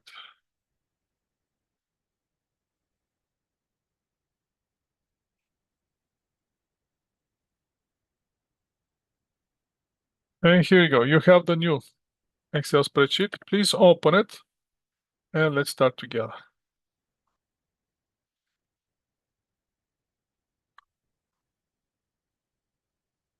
We're on the worksheet DL brackets 3.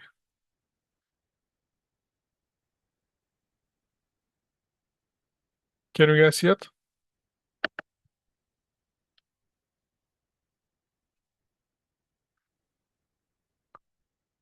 That's a little bit more productive, isn't it?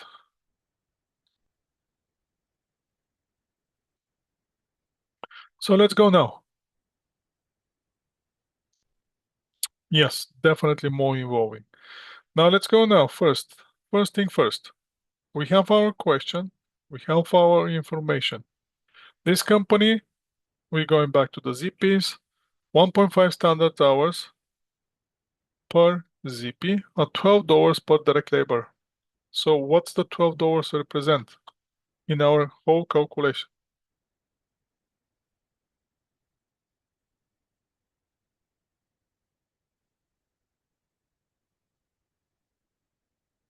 Standard rate, yes, $12. Standard rate $12, standard rate $12.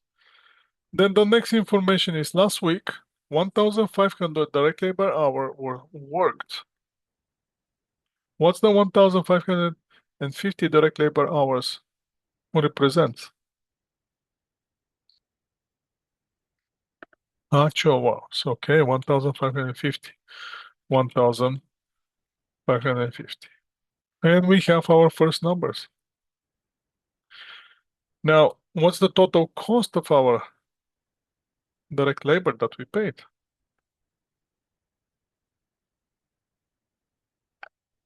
18,910. How much is the actual rate now? We know the standard rate is $12, but what's the actual rate that we pay?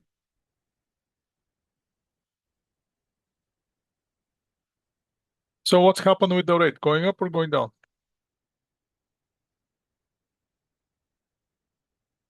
Going up. If the rate goes up, what's happened with the cost? Going up or going down?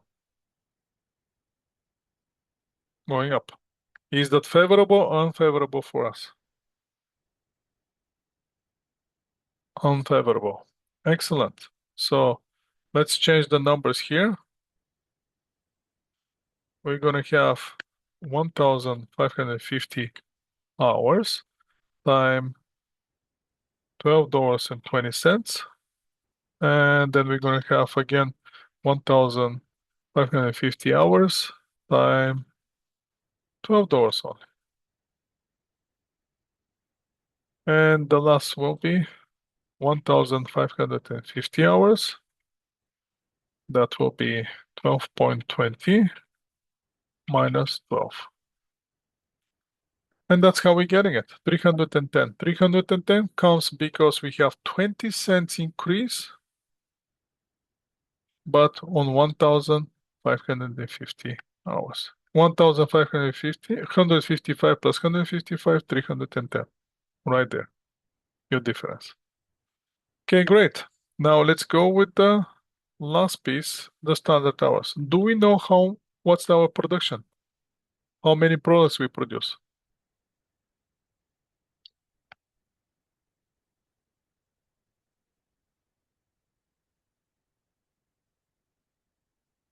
1,000.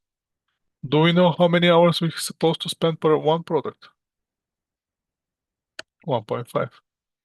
So how many hours in total we supposed to spend to produce the production that we produce based on our standards? 1,500 hours. So what will be our standard cost to produce those 1,000 units?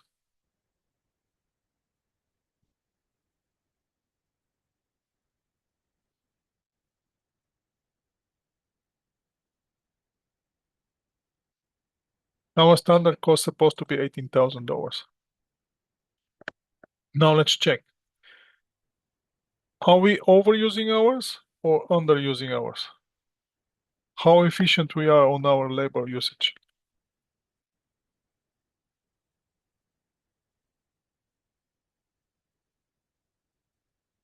Overusing. How many hours we overusing?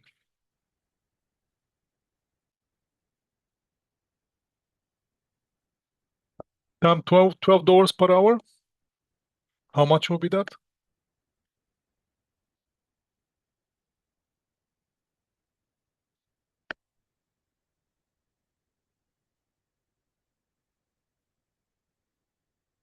That will be $600, correct?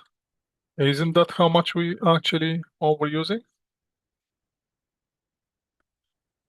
as a cost? Yes. So that's explained that $600 from where the $600 come. They didn't come out of the blue. they coming because of the reason, because we're paying $12 per hour and we overuse 50 hours. Our employee work 50 hours more.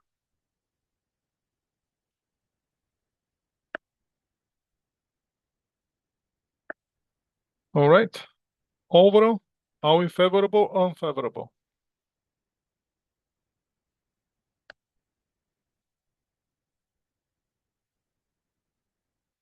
Unfavorable.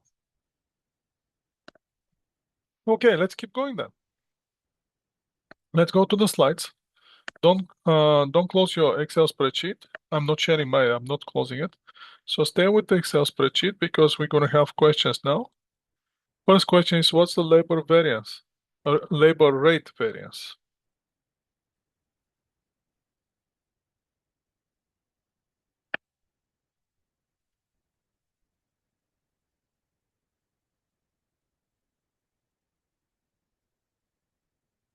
All right. And we calculated both ways with the formula and the chart. How much is our labor efficiency variance now? 610 favorable. Okay. That's the justification, the way that we produce it. And at this point, we can move in for the very last one, which is the variable manufacturing overhead variance. Let's copy this one.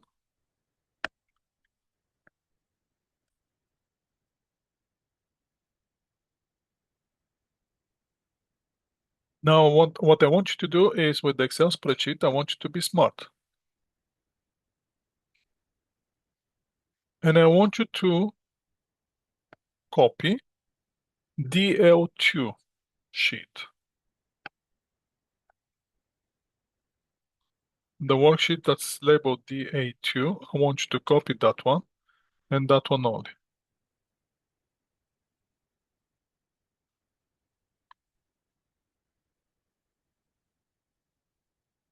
And then I can post the new question with the Parka. And now we can start using the information that we already have. First thing first.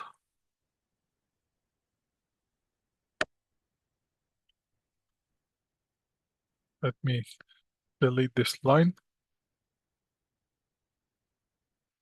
Delete this one and delete this. So that will be variable overhead.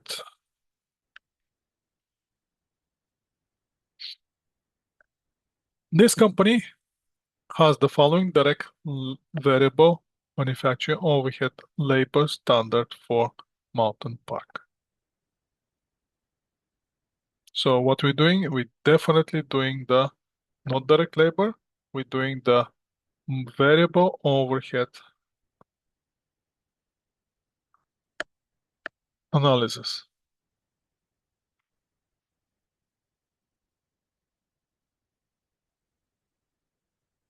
Okay, we're in the variable overhead now.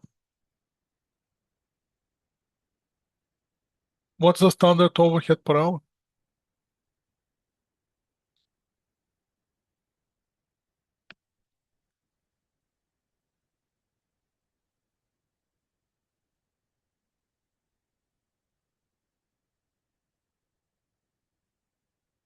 What shall I do? Shall I do with the $4 per hour rate? What that represents?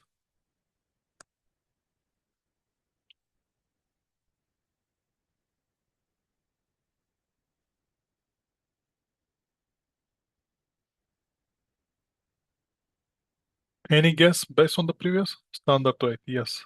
$4 standard rate. And the standard rate is $4.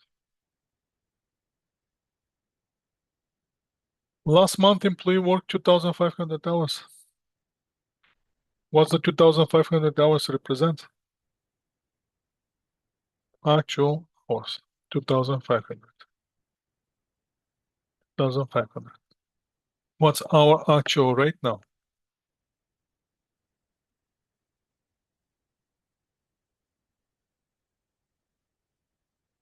No. Before we go to the actual rate, how much is the total cost for the overhead?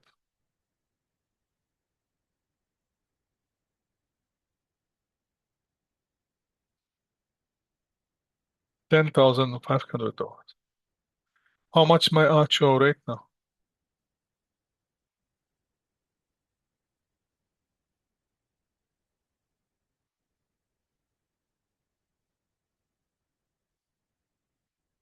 $10 and $4.20. Correct? We have to change the cost. Don't use, because here the cost for the overhead is 10,500. We have to change that cost.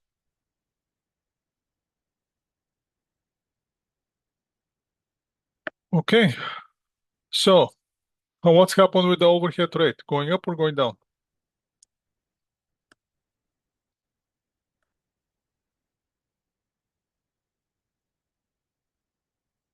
What's happened with the cost? Going up or going down?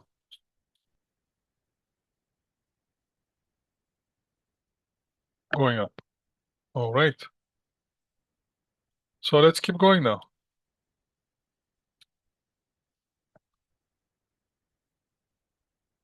The next thing, standard rate, the standard hours that were left.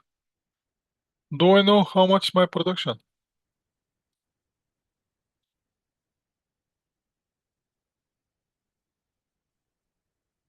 We produced 2,000, correct?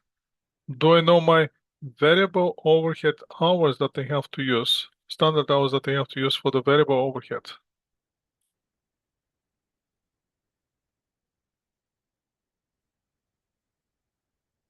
1.2. And that's gonna give me how many hours I need? Like labor hours?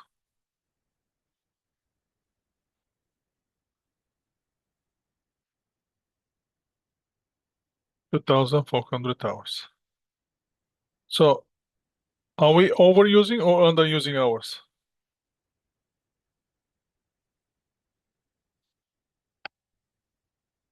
Overusing. How many hours are we overusing?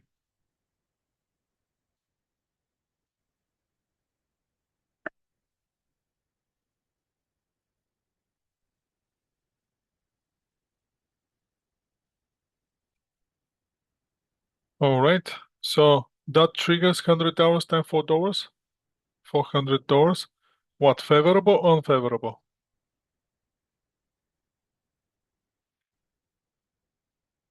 Unfavorable. Okay, great.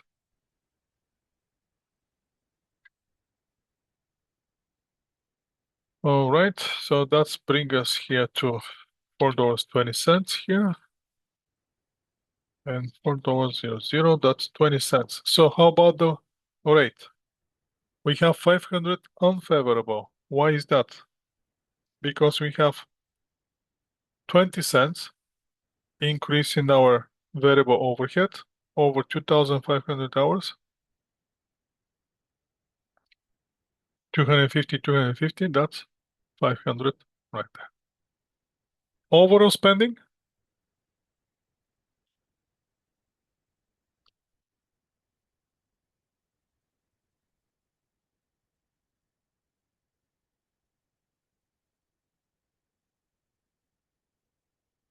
can you see our overall spending?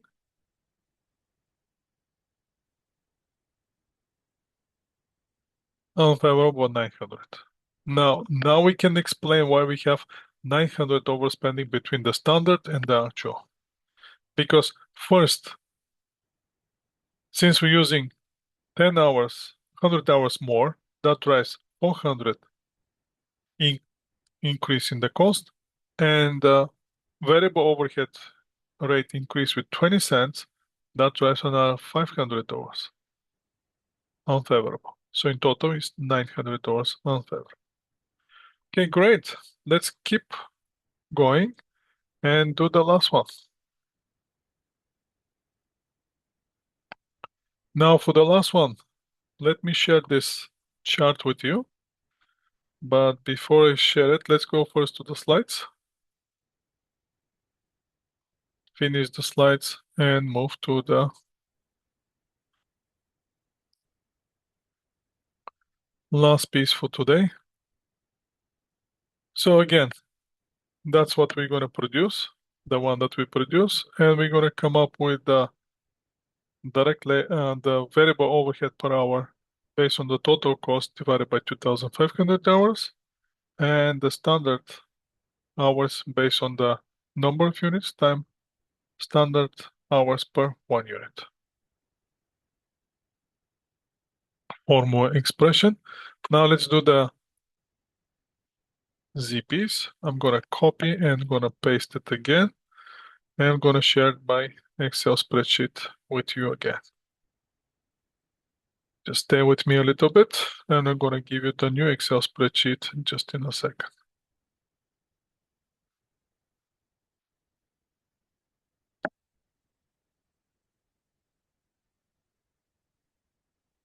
Again, I'm gonna make you work a little bit. So let's save this one, close it, and then share it with you.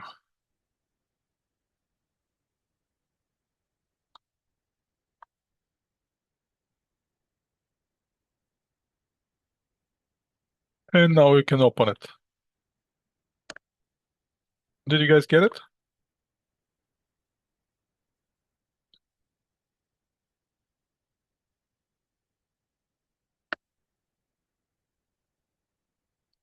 All right. Let's stop sharing the slides and move to the Excel spreadsheet. Let's go back to the ZPs and do the same thing for the ZPs. We have the ZPs and we're applying the variable overhead based on the hours.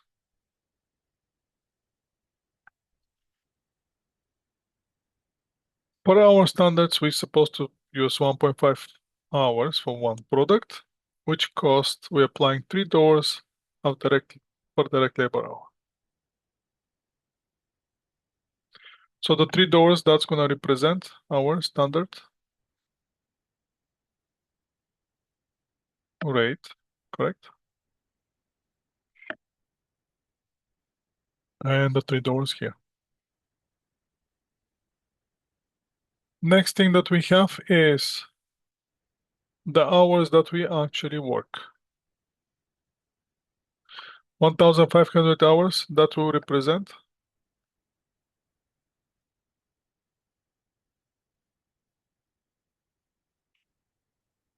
the actual hours.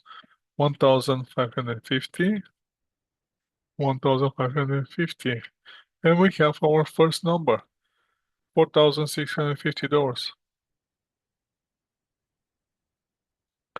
How much is our actual cost now? So based on our standards, if we work in 1,550 hours, we're supposed to spend $4,650. In reality, how many dollars we spending? 5,115. Is that good for us?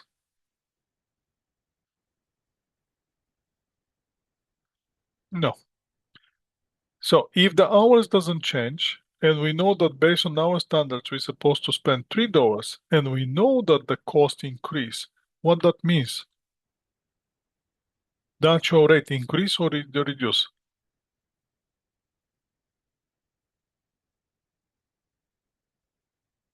Increased. So let's see how much is now actual rate.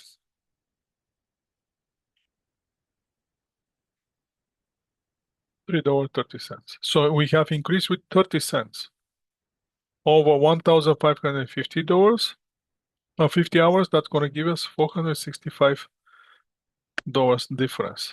So let's change here this one. That will be 1,550 times $3.30 and 1,550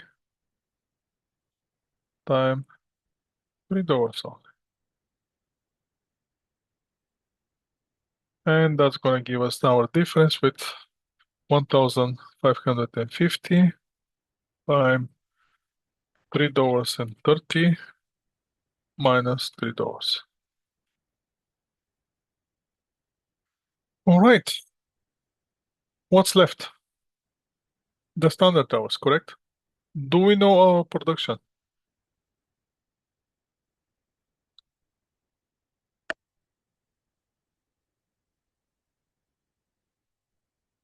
$1,000. Do we know our variable overhead hours that labor hours that we have to apply for every unit of production? 1.5. So that's going to give us 1,500 hours. So what's happened with the hours? Are we using, overusing, or underusing hours?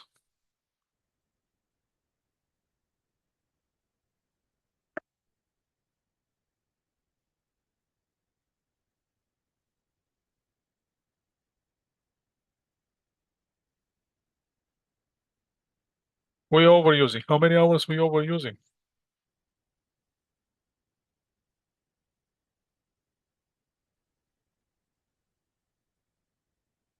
50 hours times three doors. That's going to give us 150, correct?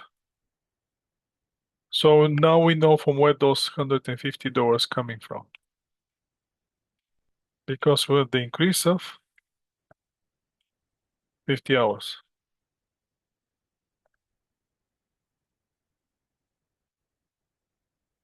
So in overall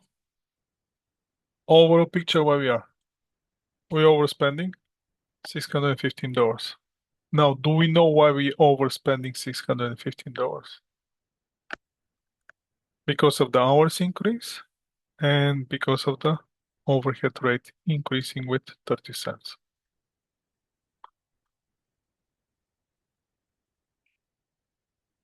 Let's finish the slides now.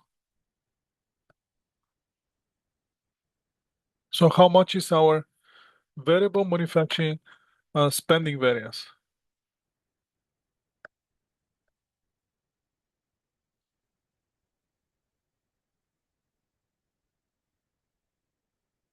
$465 unfavorable, and this is the logic with the formula. How about efficiency variable overhead variance? 150 unfavorable. Explanation with the formulas. And if we have to do the chart that we're doing, that's how it should look. What we're gonna do with the service industry? With the service industry, same variances: direct material, direct labor, variable overhead. Having in mind that probably the material in service company is not gonna be that much because they're not producing product, but we might have some direct material using in our services that we're providing to the clients. Direct labor definitely will be there. Manufacturing overhead definitely will be there. And that's for direct material, direct labor, variable overhead. Now the question is, what we gonna do with the fixed overhead?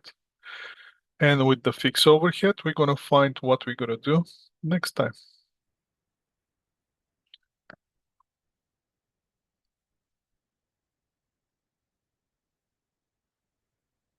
So that will be all for today, guys.